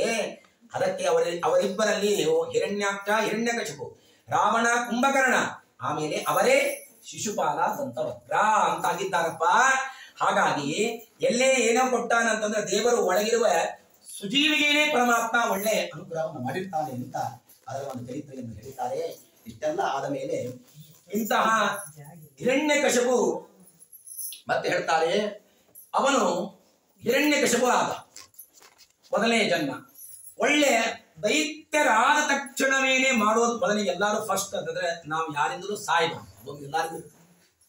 ಅದಕ್ಕೆ ಅವನು ಮಂದರ ದ್ರೋಣಿ ಅಂತ ಒಂದು ದೊಡ್ಡ ಜಾಗ ಆರಿಸಿಕೊಂಡ. ಅಲ್ಲಿ ದೇವಮಾನ ಅಂತಂದ್ರೆ ದೇವರಿಗೆ 100 ವರ್ಷ ಆಯುಷ್ಯ. ಮನುಷ್ಯಮಾನದ ಪ್ರಕಾರ 36,000 ವರ್ಷ. ಮನುಷ್ಯಮಾನದ ಪ್ರಕಾರ 36,000 ವರ್ಷ ಇಡೀಯಾದ ದೇಹವನ್ನ ಬ್ಯಾಲೆನ್ಸ್ ಮಾಡಿಕೊಂಡು ಅಂಗುಷ್ಟ ಮಾತ್ರ ಭೂಮಿಗೆ ಮಾತ್ರ ಯಾರು ಮಾಡ್ತೀರಿ? ಇಷ್ಟು ಘನಘೋರವಾದ 36,000 ವರ್ಷಗಳವರೆಗೆ ನಿರಂತರವಾಗಿ ಬ್ರಹ್ಮದೇವರನ್ನು ಕುರಿತು ತಪಸ್ಸು ಮಾಡಿದ. ಬ್ರಹ್ಮದೇವರನ್ನ ಕುರಿತು ತಪಸ್ಸನ್ನು ಮಾಡಿದಾಗ ಅಲ್ಲಿ ಆ ಒಳ್ಳೆ ಮಹಾನುಭಾವರಾದ ಜೀವೋತ್ತಮರಾದ ಬ್ರಹ್ಮದೇವರು ಒಳ್ಳೆ ರೀತಿಯಲ್ಲಿ ಪರಮಾತ್ಮ ಅವರಿಗೆ ಅನುಗ್ರಹವನ್ನು ಮಾಡಿ ಬಂದಿದ್ದಾನೆ. ಬಂದಾಗ ಹೇಳ್ತಾ ಇದ್ದಾನೆ, ಏನಿಲ್ಲ ಎಲ್ಲಪ್ಪ ಕಶ್ಯಪನ ಮಗನಾದ ಹೇ ಹಿರಣ್ಯಕಶಿಪು, ನಿನ್ನ ತಪಸ್ಸಿಗೆ ನಾನು ಮೆಚ್ಚಿ ಬಂದಿದ್ದೇನೆ, ಬೇಕಾದ ವರವನ್ನು ಕೇಳಿಕೋ ಅಂತಂದಾಗ ನಿಮಗೆಲ್ಲ ಗೊತ್ತಿದೆ. ಅದರೊಂದು ಸ್ಪೆಷಲ್ ಕೇಳಿದ್ದು ಅಂದ್ರೆ ಅವ 36,000 ವರ್ಷ ವಿಚಾರ ಮಾಡಿದ್ದೆ ಇದು ಇರಬೇಕು ಅಂತ ಅನಿಸ್ತದೆ ನನಗೆ. ಯಾಕಂತಂದ್ರೆ ಯಾರಿಂದಲೂ ಸಾಯಬಾರದು ಅಂತ ನಾನು ಕೇಳಿಕೊಳ್ಳುವುದಲ್ಲ. ಅದಕ್ಕಾಗಿ ಒಂದು ಒಳ್ಳೆ ಎಲ್ಲ ಗೊತ್ತದ, ಹೊರಗ ಒಳಗ ಎಲ್ಲ ಗೊತ್ತದ. ಇನ್ನೊಂದು ಒಂದು ಅದ್ಭುತವಾದ ಜೀವ ಇರುವ ವಸ್ತುವಿನಿಂದಲೂ ನನಗೆ ಮರಣ ಬರಬಾರದು, ಜೀವ ಇಲ್ಲದೇ ಇರುವ ವಸ್ತುವಿನಿಂದಲೂ ಮರಣ ಬರಬಾರ್ದು. ಮುಗಿದೋಯ್ತಲ್ರಿ, ಎರಡೇ ಇರೋ ಜಗತ್ತಿನೊಳಗ. ಜೀವ ಇರುವ ವಸ್ತುವಿನಿಂದ ಮರಣ ಬರಬಾರದು, ಜೀವ ಇಲ್ಲದೇ ಇರುವ ವಸ್ತುವಿನಿಂದಲೂ ಮರಣ ಬರಬಾರದು. ನಾನು ಅಜರಾಮರ. ಇಷ್ಟೇ ಅಲ್ಲ, ಎಷ್ಟೆಷ್ಟು ಲೋಕಪಾಲಕರು ಅಂತಿದ್ದಾರೆ ಅವರೆಲ್ಲರ ಬಲ ನನಗೇ ಇರಬೇಕು. ಏನ್ ದಾದಾಗಿರಿ ನೋಡು. ಇದೆಲ್ಲ ಇಷ್ಟವನ್ನು ಕೇಳಿಕೊಂಡಾಗ ಬ್ರಹ್ಮದೇವರು ತಥಾಸ್ತು ಅಂತ ಹೇಳಿದ್ದಾರೆ. ತಥಾಸ್ತು ಅಂತ ಹೇಳಿದಾಗ ವಿಶೇಷವಾಗಿ ಎಲ್ಲ ಆಯಿತು. ಮಾಡಿದಾಗ ಬ್ರಹ್ಮದೇವರು ನಾಂತರ ಬಹಿರ್ದಿವಾನಕ್ತಂ ಅನ್ಯಸ್ಮಾದಪಿ ಚಾಯುಧೈಹಿ ನ ಭೂಮೋ ನಾಂಬರೇ ಮೃತ್ಯುರು ಅಂತ ಹೇಳಿ ಎಲ್ಲವನ್ನು ಕೇಳಿಕೊಂಡಾಗ ಚತುರ್ಮುಖ ಬ್ರಹ್ಮದೇವರು ಅವನಿಗೆ ಆಶೀರ್ವಾದವನ್ನು ಮಾಡಿದ್ದಾರೆ. ತಾತೇಮೇ ದುರ್ಲಭ ಪುಂಸೋ ಯಾನ್ ವ್ರಣೀಶೇ ವರಾನ್ಮಮ. ಬ್ರಹ್ಮದೇವರು ಸ್ಪಷ್ಟ ಹೇಳಿದ್ದಾರೆ, ನೋಡಪ್ಪ ನೋಡು ಹಿರಣ್ಯಕಶಿಪು, ಇಲ್ಲಿಯವರೆಗೆ ನೀನೇನ್ ಬೇಡಿದ್ಯಲ್ಲ ಇದು ಅತ್ಯಂತ ದುರ್ಲಭವಾದದ್ದು. ಆದರೂ ನಿನ್ನ ಮೇಲೆ ನಾನು ಕರುಣೆಯಿಂದ ಪಟ್ಟು ನೀನು ಮಾಡಿದ ತಪಸ್ಸಿಗೆ ನಾನು ಮೆಚ್ಚಿ ಅವುಗಳನ್ನು ನಾನು ವಿತರಣೆಯನ್ನು ಮಾಡ್ತಾ ಇದ್ದೇನೆ ಅಂತ ಹೇಳಿದ. ಹೋಯ್ತು. ಇಷ್ಟೆಲ್ಲ ವರ ಪಡೆದದ್ದೇ ತರ ಭಾರಿ ಬಲ ಬಂತು ನೋಡ್ರಿ. ಇಲ್ಲೇ ಹಿರಣ್ಯಕಶಿಪು ಹಿಂಗ, ಅಲ್ಲಿ ಅದಕ್ಕಿಂತ ಮೊದಲಿಗೆ ಹಿರಣ್ಯಾಕ್ಷನನ್ನ ಪರಮಾತ್ಮ ಸಂಹಾರ ಮಾಡಿದ್ದ. ತೃತೀಯ ಸ್ಕಂದ ಭಾಗವತದಲ್ಲಿ ನೀವು ಕೇಳಿದ್ದೀರಿ. ಏನೂ ಮಾಡಿಲ್ಲ. ಜಗತ್ತಿಗೆ ಬಡೆಯನಾದ ಸರ್ವೋತ್ತಮನಾದ ಭಗವಂತ ಆದಿ ದೈತ್ಯನಾದ ಹಿರಣ್ಯಾಕ್ಷನನ್ನ ಸಂಹಾರವನ್ನ ಮಾಡಿದ್ದು ಹೇಗೆ ಗೊತ್ತಾ? ಏನಿಲ್ಲ, ಕಿವಿಯ ಕೆಳಗೆ ಒಂದು ಪೆಟ್ಟು ಹಾಕಿದ್ದಕ್ಕೆ ಸತ್ತಾನ. ಏನು ಅಷ್ಟು ಮಹಾದೈತ್ಯನನ್ನ ಅನಾಯಾಸೇನ ಪರಮಾತ್ಮ ಸಂಹಾರವನ್ನು ಮಾಡಿದ್ದ. ಪರಮಾತ್ಮ ನನ್ನ ತಮ್ಮನನ್ನ ಸಂಹಾರವನ್ನು ಮಾಡ್ಯಾನ ಅಂತನ್ನೋದಕ್ಕ ಎಷ್ಟರ ಸಿಟ್ಟಿಗೆ ಬಂದ ಯಾರು? ಹಿರಣ್ಯಕಶಿಪು.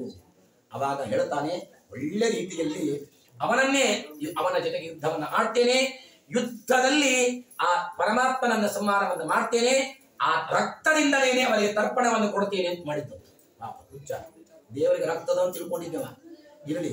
ಹೀಗಾಗಿ ಇಷ್ಟೆಲ್ಲ ಮಾಡಿದ, ಅಲ್ಲಿ ಸಂಕಲ್ಪವನ್ನ ಮಾಡಿ ಇಲ್ಲಿ ಎಲ್ಲಿಗೆ ಬಂದಿದ್ದಾನೆ ಅಂದ್ರೆ ಅಲ್ಲಿ ಪಾಪ ಅಳ್ತಾ ಇದ್ರು ತಾಯಿ. ಯಾರು?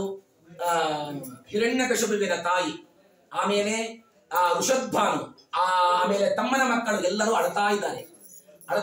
ಪಾಪ ತಮ್ಮನನ್ನ ಕಳೆದುಕೊಂಡು ಅಳ್ಕೋದು ಕೂತಿದ್ರು. ಬಂದ ನೋಡ್ರಿ, ಪುರಾಣ ಶುರು ಮಾಡ್ತಾರೆ. ಯಾರು? ಹಿರಣ್ಯಕಶಿಪು. ನೋಡ್ರಿ, ಇಲ್ಲಿ ತನಕ ಏನಂದ? ದೇವರನ್ನೇ ಸಂಹಾರವನ್ನು ಮಾಡ್ತೇನೆ ಅಂತ ಹೇಳಿದ ವ್ಯಕ್ತಿ ಇಲ್ಲಿಗೆ ಬಂದು ಹೇಳ್ತಾನ, ಅವ್ವ ಯಾಕೆ ಕಳ್ಕೋದ್ ಕೂತೀರಿ, ಅಳಬ್ಯಾಡ್ರಿ, ನೋಡು ಯಾವುದು ನಮ್ ಕೈಯಾಗಿಲ್ಲ ಅಂತಂತಾನೆ. ಸುಮ್ಮನೆ ನಾನು ನನ್ನದು ಅಂತನ್ನುವ ಅಭಿಮಾನ. ನಾವೆಲ್ಲರೂ ಹೇಗೆ ಸೇರಿದ್ದೇವೆ ಅಂತಂದ್ರೆ, ಒಂದು ಅರವಟ್ಟಿಗೆ 4 ರೋಡ್ ಇರ್ತದೆ, 4 ರೋಡಿಗೆ ರೋಡು ಎಲ್ಲಿ ಸೇರ್ತದಲ್ಲ ಅನ್ನೋ ಅರವಟ್ಟಿಗೆ ಮಾಡಿರ್ತಾರೆ. ನೀರು ಕುಡಿಲಿಕ್ಕೆ ಎಲ್ಲ ಇಟ್ಟಿರ್ತಾರೆ, ಒಂದು ಚೇರು ನೀರು ಮಾಡಿರ್ತಾರೆ. ಈ ಕಡೆಯಿಂದ ಬರ್ತದ, ಆ ಕಡೆಯಿಂದ ಎಲ್ಲಾ ಜನ ಬಂದು 5 ನಿಮಿಷ ಕೂತಿರ್ತಾರೆ. ಅಷ್ಟೇ 5 ನಿಮಿಷ ಕೂತಿದ್ದಕ್ಕೆ ಎಲ್ಲಾರು ನೀರು ಕುಡಿತಾರೆ. ಎಷ್ಟು ಫ್ರೆಂಡ್ಶಿಪ್ ಬೆಳೆಸ್ಕೊಳ್ತಾರೆ ಗೊತ್ತೇನ್ರಿ? 5 ನಿಮಿಷ ಕೂತಿದ್ದಕ್ಕೆ ನೀವು ಯಾರು ನಾವ್ ಯಾರು ಅಂತ ಕೇಳಿ ನಾವು ನೋಡ್ತಿರ್ತೇವೆ. ಇಲ್ಲಿ ಹರಿಪ್ರಿಯ ಹಿಡಿದಿರ್ತಾರೆ. ಹರಿಪ್ರಿಯ ಧಾರವಾಡಕ್ಕೆ ಹಿಡಿದ್ರು ಅಂತಂದ್ರೆ ತಿರುಪತಿಗೆ ಹೊಂಟಿರ್ತಾರೆ. ಯಾಸ್ ಇಫ್ ಅವ್ರಿಗೆ ಇವ್ರಿಗೆ ಏನೇನೇನ ಸಂಬಂಧ ಇರಕಲ್ರಿ. ಏನೋ ಬೈ ಚಾನ್ಸ್ ಏನೋ ಇವ್ರು 3 ಸೀಟ್, ಇವ್ರು 3 ಸೀಟು, ಅವ್ರು 3 ಸೀಟು ಏನೋ ಒಂದ್ ಕಡೆ ಸೇರಿರ್ತಾವಂತ. ಏನು ಅಲ್ಲೇನು ತಿರುಪತಿಗೆ ಹೋಗೋ ತನಕನು ಇವ್ರು ಏನು ಒಂದೇ ಇವ್ರದ್ದು ಟಿಫಿನ್ ಅಲ್ಲಿ ಹೋಗ್ತದ, ಅವ್ರ ಟಿಫಿನ್ ಇಲ್ಲಿ ತನಕ, ಎಷ್ಟರ ಮಟ್ಟಿಗೆ. ಆದ್ರೆ ಇಲ್ಲಿ ತನಕ ಸ್ಟೇಷನ್ ಇಳಿಯೋ ತನಕ ಅಂತ. ಸ್ಟೇಷನ್ ಇಳಿದ ಮೇಲೆ ನೀವ್ಯಾರೋ ನಾವ್ ಯಾರೋ, ಹಾಗೆಯೇ ಈ ಸಂಸಾರ ಅಂತ ಉಪದೇಶ ಮಾಡ್ಲಿಕ್ಕತ್ತಾನೆ ನೋಡಿ. ಇಲ್ಲೇ ಸಂಹಾರವನ್ನು ಮಾಡ್ತೀನಿ ನಾನು. ಇಲ್ಲಿ ಬಂದು ಒಮ್ಮೆ ಬಹಳ ಅಳಬ್ಯಾಡ್ರಿ, ಬಹಳ ಇನ್ವಾಲ್ವ್, ಸಂಸಾರದೊಳಗೆ ಸಿಕ್ಕಿ ಬಿದ್ದೀರಿ, ಯಾವುದು ನಮ್ಮ ಕೈಯಾಗಿಲ್ಲ ಅಂತ ಉಪದೇಶವನ್ನು ಮಾಡ್ತಾನೆ. ನಾವು ಹಂಗ ಇದ್ದೇವೆ. ಹೆಂಗಿರಬೇಕು ಅಂತ ಅನ್ನೋದು ನಮಗೆ ಗೊತ್ತಿಲ್ಲ. ಆಡುವ ಮಕ್ಕಳು ಮನೆಯ ಕಟ್ಟಿದರೆ ಆಟ ಸಾಕೆಂದು ಮುರಿದು ಓಡಿದರು, ಹೀಗಿರಬೇಕು ಸಂಸಾರ. ಚೆನ್ನಾಗದ ಹಾಡು, ಚೆನ್ನಾಗದೆ. ಸಂತೆಯು ಮೆರೆಯಿತು ನಾನಾ ಪರಿ, ಸಂಜೆಯಲ್ಲಿ ಹಿಡಿದರು ತಮ್ಮ ತಮ್ಮ ದಾರಿ. ಏನ್ ಅಪೇಕ್ಷೆ ಅವನ ಮೊದಲಿಗೆ ಸಂತಿಗೆ ಬಂದಾಗ ಅಲ್ಲೇ ತನ್ನ ತಾ ಎಷ್ಟು ಕೂಡಬೇಕು ಅಷ್ಟ ಜಾಗ ಸ್ವಚ್ಛ ಮಾಡ್ಕೊತಾನ. ಇಡೀ ಸಂತಿ ಸ್ವಚ್ಛ ಮಾಡ್ಕೊತಾನಲ್ವ. ತಾ ಎಷ್ಟು ಕೂಡ್ಬೇಕಲ್ಲ, ತನ್ನ ಎಷ್ಟು ಬುಟ್ಟೆವಲ್ಲ ಅಷ್ಟೇ ಜಾಗ ಸ್ವಚ್ಛ ಮಾಡ್ಕೊತಾನೆ. 2 ಬುಟ್ಟಿ ಇನ್ನೊಂದು ಎಲ್ಲ ಇಟ್ಕೊಂಡು ಕೂಡ್ತಾನೆ, ಅಷ್ಟೇ ಜಾಗ ಸ್ವಚ್ಛ ಮಾಡ್ತಾನೆ. ಮುಂದೆ ಏನದಂತ ನೋಡೋದಂಗಲ್ಲ. ಅದ ತಂದು ಎಲ್ಲಾ ಮಾರಾಟ ಆಯಿತು ಅಂದ್ರೆ ಅದ ಜಾಗದೊಳಗನೆ ತಾ ಸ್ವಚ್ಛ ಮಾಡಿಕೊಂಡ ಜಾಗದೊಳಗನೆ ಎಲ್ಲಾ ಕೊಡ್ತದ್ದು ಬದಲಿಕಾಯಿ ಗಿದಲಿಕಾಯಿ ಅಲ್ಲೇ ಹೋಗೋದು ಹೋಗ್ಬಿಡ್ತಾನೆ. ಅಂದ್ರೆ ನಾ ಹೇಳಬೇಕಾದದ್ದು ಏನು, ಆ ಜಗದ ಮೇಲೆ ಮಮತಾನ ಇರಲ್ಲ. ಹಂಗ ಇದ್ದರೂ ಇಲ್ಲದೆ ಇದ್ದಂತಿರಬೇಕು ಸಂಸಾರದಲ್ಲಿ. ಅದಕ್ಕೆ ಯಾರಿಗ್ಯಾರೋ ಪುರಂದರ ಬಿಟ್ಟಿಲ್ಲ. ಅಮ್ಮ ನೀನು ತಾಯಿ, ನಾನು ಮಗ, ಈ ಹಿರಣ್ಯಾಕ್ಷನನ್ನ ತಮ್ಮ ಅಂತ ದೇವರೇನೋ ಮಾಡಿಸ್ಯಾನಷ್ಟೇ. ಇದು ದೇವರ ಇಚ್ಛೆ ತಪ್ಪಿತು ಅಂತಾದ್ರೆ ಯಾರಿಗಾರೋ ಪುರಂದರ ಬಿಟ್ಟಲ್ಲ. ಅದಕ್ಕಾಗಿ ಹೋದ ವ್ಯಕ್ತಿಯನ್ನು ಕುರಿತು ದುಃಖವನ್ನು ಪಡಬೇಡ ಅಂತ ಬೇಕಾದಟ್ಟು ಉಪದೇಶ ಮಾಡ್ತಾನ. ಇಲ್ಲಿ ಉಪದೇಶ ಮಾಡಿದವ ಯಾರು? ಜಯ. ಇಷ್ಟೆಲ್ಲ ಉಪದೇಶವನ್ನು ಮಾಡಿದ. ಆಮೇಲೆ ಆದ್ದರಿಂದಾಗಿ ಬಹಳ ದುಃಖವನ್ನು ಪಡಬೇಡಿ, ಆ ದುಃಖ ಮಮತೆಯನ್ನ ಅಭಿಮಾನವನ್ನು ತೊರೆದು ಬಿಡಿ, ಏನು ಅವನಿಗೆ ಒಳ್ಳೆ ಗತಿ ಆಗ್ತದೆ ಅಂತ ಇಷ್ಟೆಲ್ಲ ಉಪದೇಶವನ್ನು ಮಾಡಿದ. ಮತ್ತೆ ಹೇಳ್ತಾನೆ, ಹೊರಗೆ ಬಂದು ಹೇಳ್ತಾನೆ, ಬ್ರಹ್ಮದೇವರಿಂದಾಗಿ ಬೇಕಾದಷ್ಟು ವರವನ್ನು ಪಡೆದಿದ್ದ. ಒಂದೇ ಮಾತನ್ನು ಹೇಳಿ, ಎಲ್ಲೆಲ್ಲಿ ಆಕಳು, ಎಲ್ಲೆಲ್ಲಿ ದೇವತೆಗಳು, ಎಲ್ಲೆಲ್ಲಿ ಭಗವತ್ ಕಾರ್ಯಗಳು, ಎಲ್ಲೆಲ್ಲಿ ಯಜ್ಞ, ಎಲ್ಲೆಲ್ಲಿ ಯಾಗ, ಎಲ್ಲೆಲ್ಲಿ ವರ್ಣಾಶ್ರಮಕ್ಕೆ ಉಚಿತವಾದ ಕ್ರಮಗಳು ನಡೀತಾ ಇರ್ತವೋ ಎಲ್ಲ ಕಡೆಗೆ ನೀವು ಏನ್ ಮಾಡಬೇಕು, ಧ್ವಂಸವನ್ನು ಮಾಡಿ ಅಂತ ಹೇಳ್ತಾನೆ. ಯಾರಿಗೆ? ತನ್ನ ಅನುಚರರಿಗೆ. ಎಲ್ಲ ರೀತಿಯಲ್ಲಿ ಇಷ್ಟು ಹೇಳಿದ್ದೇ ತರ ಎಲ್ಲರೂ ಮಾಡ್ತಾ ಇದ್ದಾರೆ. ಇಂತಹ ದೈತ್ಯನಿಗೆ ಆವಾಗ ಬಹಳ ತೊಂದರೆ ಆಗ್ತಾ ಇದೆ ಅಲ್ರಿ. ಪಾಪ ತಮ್ಮ ಪಾಡಿಗೆ ಕುಳಿತ ಆ ಮಹಾನುಭಾವರು ಒಳ್ಳೆ ಕರ್ಮಾನುಷ್ಠಾನವನ್ನು ಮಾಡ್ತಾ ಇರುವಾಗ ಈ ಹಿರಣ್ಯ ಕಶುಪುವಿನ ಅನುಚರರು ಬಂದು ಅವರಿಗೆ ತೊಂದರೆಯನ್ನು ಕೊಡ್ತಾ ಇದ್ದದ್ದನ್ನು ಕಂಡು ಆ ಎಲ್ಲ ಜ್ಞಾನಿಗಳು, ಋಷಿಗಳು, ಮುನಿಗಳು, ದೇವತೆಗಳು ಪರಮಾತ್ಮನಿಗೆ ಪ್ರಾರ್ಥನೆಯನ್ನು ಮಾಡ್ತಾ ಇದ್ದಾರೆ. ಸ್ವಾಮಿ, ಹಿಂಗಾದ್ರೆ ಹೆಂಗ? ದುಷ್ಟ ಜನಗಳು ಬಲು ಕಷ್ಟಪಡಿಸುವುದು ನಿನ, ಎಷ್ಟು ಹೇಳಲಿ ಕೇಳೋ ಜಿಷ್ಣು ಸತನೇ. ಹೇ ಕೃಷ್ಣೀಶ ನೀ ದಯಾ ದೃಷ್ಟಿಯಿಂದಲಿ ನೋಡಿ. ಸರ್ವೋತ್ತಮನಾದ ಭಗವಂತ ಕಣ್ಣು ಮುಚ್ಚಿಕೊಂಡು ಕೂತಿಯಲ್ಲಪ್ಪ ಸ್ವಾಮಿ, ಇಷ್ಟು ನಮಗೆ ತೊಂದರೆ ಆಗ್ತಾ ಇದೆ, ನಿನ್ನನ್ನೇ ನಾವು ನಂಬಿದ್ದೇವೆ, ನೀನೇ ಗತಿ ಅಂತ ನಂಬಿದ್ದೇವೆ, ನಿನ್ನ ಭಕ್ತರಿಗೂ ಆ ತರಹದ ಕಷ್ಟಗಳು ಇತ್ತಂತಂದ್ರೆ ಯಾರನ್ನ ನಾವು ನಂಬಬೇಕು ಅಂತ ಪರಮಾತ್ಮನಿಗೆ ಅನನ್ಯವಾದ ರೀತಿಯಲ್ಲಿ ಪ್ರಾರ್ಥನೆಯನ್ನು ಮಾಡಿದಾಗ ಸರ್ವೋತ್ತಮನಾದ ಭಗವಂತ ಹೇಳ್ತಾನಂತೆ, ಮಾ ಭೈಷ್ಟ ವಿಬುಧ ಶ್ರೇಷ್ಠ ಸರ್ವೇಶಾಂ ಭದ್ರಮಸ್ತು ವಹ. ಏನು ಬಿಟ್ಟರೂ ಕೂಡ ಪರಮಾತ್ಮ ಭಕ್ತರನ್ನ ಬಿಡೋದಿಲ್ಲ. ಎನಗೂ ಆಣೆ, ನಿನಗೂ ಆಣೆ, ಎನಗೂ ನಿನಗೂ ಇಬ್ಬರಿಗೂ ನಿನ್ನ ಭಕ್ತರಾಣೆ ಅಂತಂದ್ರೆ ದೇವರು ಓಡಿ ಬರಬೇಕು. ಬರ್ತಾನೆ ಭಕ್ತರಿಗೆ. ಏನ್ ನೋಡಿ, ಒಬ್ಬ ಗಜೇಂದ್ರನನ್ನ ಉದ್ಧಾರ ಮಾಡಲಿಕ್ಕೆ ಗರುಡನ ವೇಗವು ಸಾಲಲಿಲ್ಲವಂತೆ, ಗರುಡನನ್ನ ಬದಿಗೆ ಒತ್ತಿ ತನ್ನ ವೇಗದಿಂದಾಗಿ ಬಂದಾನ್ರಿ. ಎಷ್ಟರ ಗಡಿಬಿಡಿ, ಅಷ್ಟು ಆಪತ್ತಿನಲ್ಲಿ ಸಿಕ್ಕಿರುವ ಆ ಗಜೇಂದ್ರನನ್ನ ಉದ್ಧಾರವನ್ನ ಮಾಡಿದ್ದಕ್ಕೆ ನಾರಾಯಣ ಅಂತ ಬಾಯಿಯಲ್ಲಿ ಆರ್ತತೆಯಿಂದಾಗಿ ಕೂಗಿದಾಗ ಗರುಡನ ಮೇಲೆ ಏರಿದ ಸರ್ವೋತ್ತಮನಾದ ಭಗವಂತ ಗರುಡನನ್ನು ಬದಿಗೆ ಒತ್ತಿ ತನ್ನ ವೇಗದಿಂದಾಗಿ, ದೇವರ ವೇಗ, ಅಷ್ಟು ಗಡಿಬಿಡಿ ಭಗವದ್ಭಕ್ತರನ್ನು ಉದ್ಧಾರ ಮಾಡಿ. ಅದಕ್ಕಾಗಿ ಸ್ವಲ್ಪ ನಮಗ ತಾಳ್ಮೆ ಅಂತ ಅನ್ನೋದೇ ಇಲ್ರಿ. ಇವತ್ತು ಚೀಟಿ ಇಟ್ಟೇವಿ, ಇನ್ನೂ ಸೇವಾ ಮಾಡೋದು ನಾಳೆ ಶುರುವಾಯ್ತು ಅನ್ನಂಗ. ಚಾತುರ್ಮಾಸ್ಯ ವ್ರತ ಇನ್ನೂ ಮಾಡಿಲ್ಲ, ಮತ್ತೆ ಮಾಡೋಕ್ಕಿಂತ ಮೊದಲಿಗೇನೆ ಫಲ ಇಟ್ಕೊಂಡ ಬಿಟ್ಟಿರ್ತ, ದೊಡ್ಡ ಚೀಟಿ ಇಟ್ಕೊಂಡು. ಸ್ವಲ್ಪ ತಾಳಂಗೆ ಇಲ್ಲ ಜನ. ಮೊದಲಿಗೆ ಕುರು ಮಾಡೋ, ಆಮೇಲೆ ಭೋಗ, ಮೊದಲಿಗೆ ಮಾಡು. ಹಾಗಾಗಿ ಅವರಿಗೆ ಪರಮಾತ್ಮ ಹೇಳಿದ, ಏನಿಲ್ಲ, ಇಷ್ಟು ನಿಮಗೆ ತೊಂದರೆ ಆಗ್ತಾ ಇದೆಯಲ್ಲ, ನನ್ನನ್ನೇ ಪ್ರಾರ್ಥನೆಯನ್ನು ಮಾಡಿದ್ದೀರಲ್ಲ. ಪರಮಾತ್ಮ ಹೇಳ್ತಾನೆ, ಮಾ ಭೈಷ್ಟ ವಿಬುಧ ಶ್ರೇಷ್ಠ. ನೋಡಿ, ಆ ಭಗವದ್ಭಕ್ತರ ಪ್ರಾರ್ಥನೆಯನ್ನು ಆಲಿಸಿದ ಪರಮಾತ್ಮ ಇಮಿಡಿಯೇಟ್ಲಿ ಪರಮಾತ್ಮ ಉತ್ತರವನ್ನು ಕೊಟ್ಟಿದ್ದಾನೆ. ಯಾವತ್ತೂ ಅಲ್ಲ, ಫ್ರಾಕ್ಷನ್ ಆಫ್ ಸೆಕೆಂಡ್ನಲ್ಲಿ ಉತ್ತರವನ್ನು ಕೊಟ್ಟಾನ್ರಿ. ದೇವರು ಕೈ ಬಿಡಂಗಲ್ಲ, ದೇವರನ್ನು ನಂಬಿದರೆ ಮದ್ದರಚನಂ ಈ ಭೂತಾನಂ ಸರ್ವಶ್ರೀ ಒಬ್ಬ ಭಕ್ತಗೆ ನೋಡು, ನಿಮಗೆಲ್ಲರಿಗೂ ಒಳ್ಳೆಯದಾಗ್ತದೆ. ನನ್ನನ್ನು ಯಾರು ಚೆನ್ನಾಗಿ ತಿಳಿದುಕೊಳ್ತಾನೋ ಆ ಜೀವರಾಶಿಗಳಿಗೆ ಶ್ರೇಯಸ್ಸೇ ಆಗ್ತದೆ. ನೀವೇನೇ ವಿಚಾರವನ್ನು ಮಾಡಬೇಡಿ, ಅವ್ರನ್ನ ಬರ್ತೀನಿ, ಸ್ವಲ್ಪ ತಾಳಬೇಕು. ಈ ಯಾವ ವ್ಯಕ್ತಿ ನಿಮಗೆ ತೊಂದರೆಯನ್ನು ಕೊಡ್ತಾ ಇದ್ದಾರಲ್ಲ, ಇವನಿಗೆ 4 ಜನ ಮಕ್ಕಳು, ಹಿರಿಯ ಶ್ರೇಷ್ಠನಾದ ಒಬ್ಬ ನನ್ನ ಭಕ್ತ ಇದ್ದಾನೆ, ಅವನಲ್ಲಿಯೇ ದ್ವೇಷವನ್ನು ಯಾವಾಗ ಸಾಧಿಸ್ತಾನಲ್ಲ, ಅವನನ್ನೇ ಯಾವಾಗ ಸಂಹಾರವನ್ನು ಮಾಡ್ಲಿಕ್ಕೆ ಹೋಗ್ತಾನೋ ಅವಾಗ ನಾ ಬರ್ತೇನೆ ಅಂತ ಪರಮಾತ್ಮ ತನ್ನ ಸೂಚನೆ ಇಲ್ಲ. ಎಲ್ಲ ದೇವತೆಗಳಿಗೂ ಎಲ್ಲ ಋಷಿಮುನಿಗಳಿಗೂ ಪರಮಾತ್ಮ ನಿರವೈರಾಯ ಪ್ರಶಾಂತಾಯ ಸ್ವಸುತಾಯ ಮಹಾತ್ಮನೆ ಪ್ರಹ್ಲಾದಾಯ ಯಾವಾಗ ನೋಡ್ಕೊಂಡು ಹೇಳ್ತಾನೆ. ನಿರವೈರಾಯ ಪ್ರಶಾಂತಾಯ ಸ್ವಸುತಾಯ ಮಹಾತ್ಮನೆ, ಮಹಾಭಕ್ತನಾದ ಪ್ರಹ್ಲಾದ ರಾಜ ಯಾರು ಅಲ್ಲರಿ, ಹಿರಣ್ಯ ಕಶುಪುವಿನ ಹೊಟ್ಟೆಯಲ್ಲಿ ಹುಟ್ಟಿದ ಮಗ. ಆ ಮಗನನ್ನೇ ಯಾವಾಗ ಸಂಹಾರವನ್ನು ಮಾಡ್ಲಿಕ್ಕೆ ಬರ್ತಾನಲ್ಲ, ಆವಾಗ ನಾನು ಅವತಾರವನ್ನು ತಾಳತೇನೆ ಅಂತ ಇಷ್ಟೆಲ್ಲವನ್ನು ಹೇಳಿದ. ಇಂದಾಗ ಇಲ್ಲ, ಮತ್ ಮಗನ ಮೇಲೆ ಇಷ್ಟ ದ್ವೇಷ ಸಾಧಿಸಿದ ಅಂತಂದ್ಮೇಲೆ ಅದಕ್ಕೊಂದು ಕಥೆ, ಮತ್ತೆ ಕಥೆ ಮಾಡ್ತಾರೆ, ಪ್ರಾರಂಭವನ್ನು ಮಾಡ್ತಾರೆ. ಇಂತಹ ದೈತ್ಯೇಂದ್ರನಾದ ಹಿರಣ್ಯಕಶಿಪುವಿಗೆ 4 ಜನ ಮಕ್ಕಳು. ಬೇರೆ ಬಹಳ ಹೇಳೋದಿಲ್ಲ, ನನ್ನ ಸಮಯವು ಮುಗಿತಾ ಇದೆ. 4 ಜನ ಮಕ್ಕಳಲ್ಲಿ ಅತ್ಯಂತ ಶ್ರೇಷ್ಠನಾದ ವ್ಯಕ್ತಿ ವಾಯುನಾಚ ಸಮಾವಿಷ್ಟ. ಏನು ತಾತ್ಪರ್ಯ ನಿರ್ಣಯದಲ್ಲಿ ಹೇಳ್ತಾರೆ, ವಾಯುದೇವರ ಆವೇಶ ಇದೆ ಇವನಲ್ಲಿ. ಯಾರಲ್ಲಿ? ಅವ ದೈತ್ಯ ಕುಲದಲ್ಲಿ ಹುಟ್ಟಿದ್ದಾನೆ ಇಷ್ಟೇ, ದೈತ್ಯನಲ್ಲ. ಸರಿಯಾಗಿ ತಿಳಿದುಕೊಳ್ಳಿ. ಯಾರು? ಪ್ರಹ್ಲಾದರಾಜರು ದೈತ್ಯರ ಕುಲದಲ್ಲಿ ಹುಟ್ಟಿದ್ದಾರೆ ಹೊರತು ದೈತ್ಯರಲ್ಲ. ಇರಲಿ. ಹಾಗಾಗಿ ವಾಯುನಾಚ ಸಮಾವಿಷ್ಟ ಅಂತಹ ಮಹಾಭಕ್ತ ಏನ್ ಬೈ ಬರ್ತೆ ಅವನ ಗುರುಗಳು ಆಸೀನಃ ಪರ್ಯಟನ್ ಅಶ್ನನ್ ಶಯಾನ ಪ್ರತಿಭಂ ಬ್ರುವನ್ ಯಾವಾಗಲೂ ಹುಟ್ಟಿದಾರಕ್ಕೆ ಯಾವಾಗಲೂ ಸರ್ವೋತ್ತಮನಾದ ಭಗವಂತನಿಗೆ ಮನಸ್ಸು ಇದ್ದಂತೆ. ಇಂಥವರನ್ನ ನಮ್ಮ ದೇವರು ಬಿಟ್ಟರೆ ಹೆಂಗ್ರಿ? ಯಾವಾಗಲೂ ಪರಮಾತ್ಮನನ್ನು ನೆನೆಸ್ತಾನೆ. ಹಾಗಾಗಿ ಕ್ವಚಿತ್ ರೋದತಿ ಸರ್ವೋತ್ತಮನಾದ ಭಗವಂತನ ಈ ಅದ್ಭುತವಾದ ಸೃಷ್ಟಿಯ ವೈಚಿತ್ರವನ್ನು ಕಂಡಾಗ ಏನವನಿಗೆ ಆನಂದ ಬಾಷ್ಪಗಳು ಕಣ್ಣಾಗ ಬರ್ತಿತ್ತು ಅಂತ ಪ್ರಹ್ಲಾದರಾಜರು. ಏನಪ್ಪ ಪರಮಾತ್ಮನ ಸೃಷ್ಟಿಯ ಧಿಯೋ ಯೌನ ಪ್ರಚೋದಯ ಅಂತಹ ಕ್ವಚಿತ್ ರೋದತಿ. ಆಮೇಲೆ ಗೋವಿಂದನಲ್ಲಿ ಒಮ್ಮೆ ಅಳತಾ ಇದ್ದ, ಒಮ್ಮೆ ನಗತಾ ಇದ್ದ, ಒಮ್ಮಿಂದೊಮ್ಮಲೆ ಪರಮಾತ್ಮನ ಅದ್ಭುತವಾದ ಮಹಿಮೆ ಗೊತ್ತಾದಾಗ ಒಳ್ಳೆ ರೀತಿಯಲ್ಲಿ ಕುರಿತಾ ಇದ್ದಂತೆ. ಹೀಗೆ ಅಂತಹ ವ್ಯಕ್ತಿಯವನು ಯಾರು? ಪ್ರಹ್ಲಾದರಾಜ. ಅವನ ಬಗ್ಗೆ ಎಷ್ಟು ಹೇಳಿದ್ದಾರೆ ನೋಡಿ, ಬಹಳ ಹೇಳಿದ್ದಾರೆ. ವೇದವ್ಯಾಸ ದೇವ ರೂಪಿಯಾದ ಪರಮಾತ್ಮ ಸಗುತ್ತಮ ಶ್ಲೋಕ ಪದಾರ ಬಿಂದಗೆ ಓಹೋ ನಿಷೇವಯ.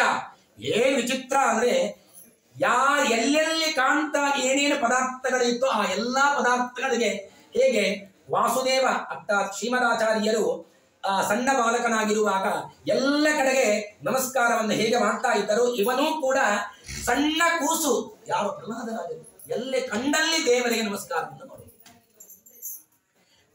ಆ ನೋಡುವ ಪದಾರ್ಥಗಳಲ್ಲಿ ಪದಾರ್ಥಗತನಾದ ಪರಮಾತ್ಮನೇ ಅವರಿಗೆ ಕಾಣ್ತಾ ಇದ್ದಂತೆ.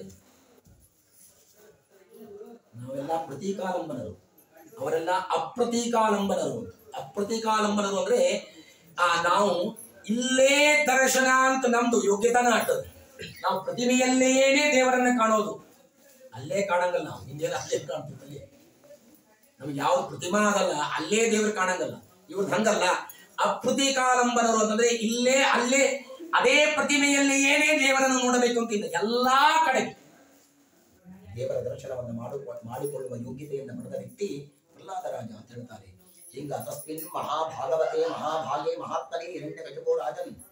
ಇಂತಹ ಏವಂಗುಣ ವಿಶೇಷಣ ವಿಶಿಷ್ಟನಾದ ಮಗನಲ್ಲಿ ತಂದೆಯಾದ ಹಿರಣ್ಯಕಶಿಪು ದೇಶವನ್ನು ಸಾಧಿಸಿದ ಅಂತಂದಾಗ ನೋಡ್ತಾ ಇದ್ದಾರಂತೆ. ಆವಾಗ ಸಣ್ಣ ಮಗು ಆಗಿದ್ದ, ಒಳ್ಳೆ ಮಗು ಇದ್ದ. ಅದಕ್ಕೆ ಒಳ್ಳೆ ಶುಕ್ರಾಚಾರ್ಯರ ಒಂದು ಭಾರಿ ಅದ್ಭುತವಾದ ಒಂದು ಈ ಹೆಂಗ ನಮ್ಮ ಭೀಮಸೇನಾಚಾರ್ಯರು ಯಾರೂ ಇಲ್ಲದೆ ಇರುವ ಅದ್ಭುತವಾದ ಸ್ಥಳದಲ್ಲಿ ಗುರುಕುಲ ಹೆಂಗ್ ತೆಗೆದಾರಲ್ಲ ಹಂಗ ರೆಸಿಡೆನ್ಷಿಯಲ್ ಸ್ಕೂಲ್ ತೆಗೆದಿದ್ರು. ಯಾರು? ಶುಕ್ರಾಚಾರ್ಯರು. ಅದಕ್ಕೆ ಅವರೇ ಮೇನ್ ಚೇರ್ಮನ್.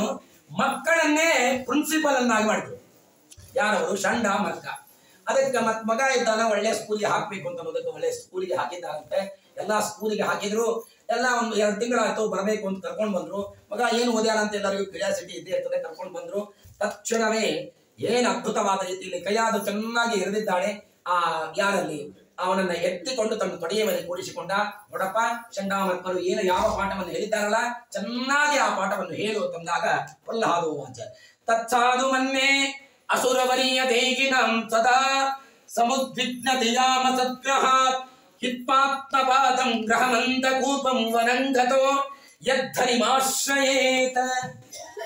ಸಣ್ಣ ಬಾಯಿ ದೊಡ್ಡ ತುತ್ತು ಅಂತಂತಾರಲ್ಲ, ನೋಡ್ಲಿಕ್ಕೆ 5 ವರ್ಷದ ಬಾಲಕ 80 ವರ್ಷವಾದರೂ ಜ್ಞಾನ ಏನು ಬರಂಗಲ್ಲ. ಅಂತಹ ಎತ್ತರದ ಮಾತನ್ನ ತಂದೆಗೆ ಉಪದೇಶದಲ್ಲಿ ಹೇಳ್ತಾ ಇದ್ದಾನೆ. ಇದನ್ನೇ ನಾನು ಕಲಿತದ್ದು, ಚೆನ್ನಾಗಿ ಪಾಠವನ್ನು ಕಲಿತದ್ದು.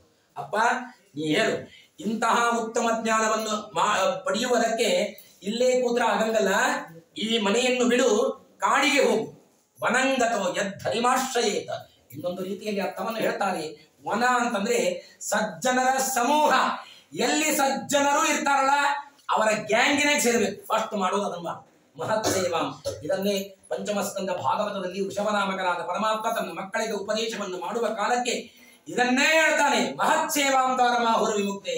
ಅದಕ್ಕೆ ಸಜ್ಜನರ ಸಂಘದಲ್ಲಿ ಇದ್ದುದಕ್ಕೇನೆ ಎಲ್ಲಿ ಧಾರವಾಡ, ಎಲ್ಲಿ ನವಲೂರು, ಈ ಮೂಲೆಯಾಗಿ ಇಷ್ಟು ಜನ ಸೇರೀರಿ ಅಂತಂದ್ರೆ ಡೈರೆಕ್ಟ್ ನಿಮಗೆ NH ನಾರಾಯಣ ಹೈವೇನೆ. ನಿಮಗೆ 12 ಸ್ಕಂದ ಕೇಳೋದ್ರೊಳಗಾಗಿ ದೇವರಿಗೆ ನೀವು ಕಾಲರ್ ಹಿಡಿದು ಕೇಳ್ರಿ. ನಾವು ಇಲ್ಲೇನು ಸೇವಾ ಮಾಡೇವಿ, ಬೆಳಗ್ಗೆ 7ಕ್ಕೆ ಕೂತೇವಿ, ರಾತ್ರಿ 12ರವರೆಗೆ ಕೂತೇವಿ. ನಮ್ಮ ಪುಣ್ಯದ ಭಾಗವತ ಭಾಗವತ ನಮ್ಮ ಪುಣ್ಯದ ಭಾಗ ಅಂತೇಳಿ ದೇವರ ಕಾಲರ್ ಹಿಡಿದು ಕೇಳುವಂತ ಸಾಮರ್ಥ್ಯ ನಿಮಗದೆ.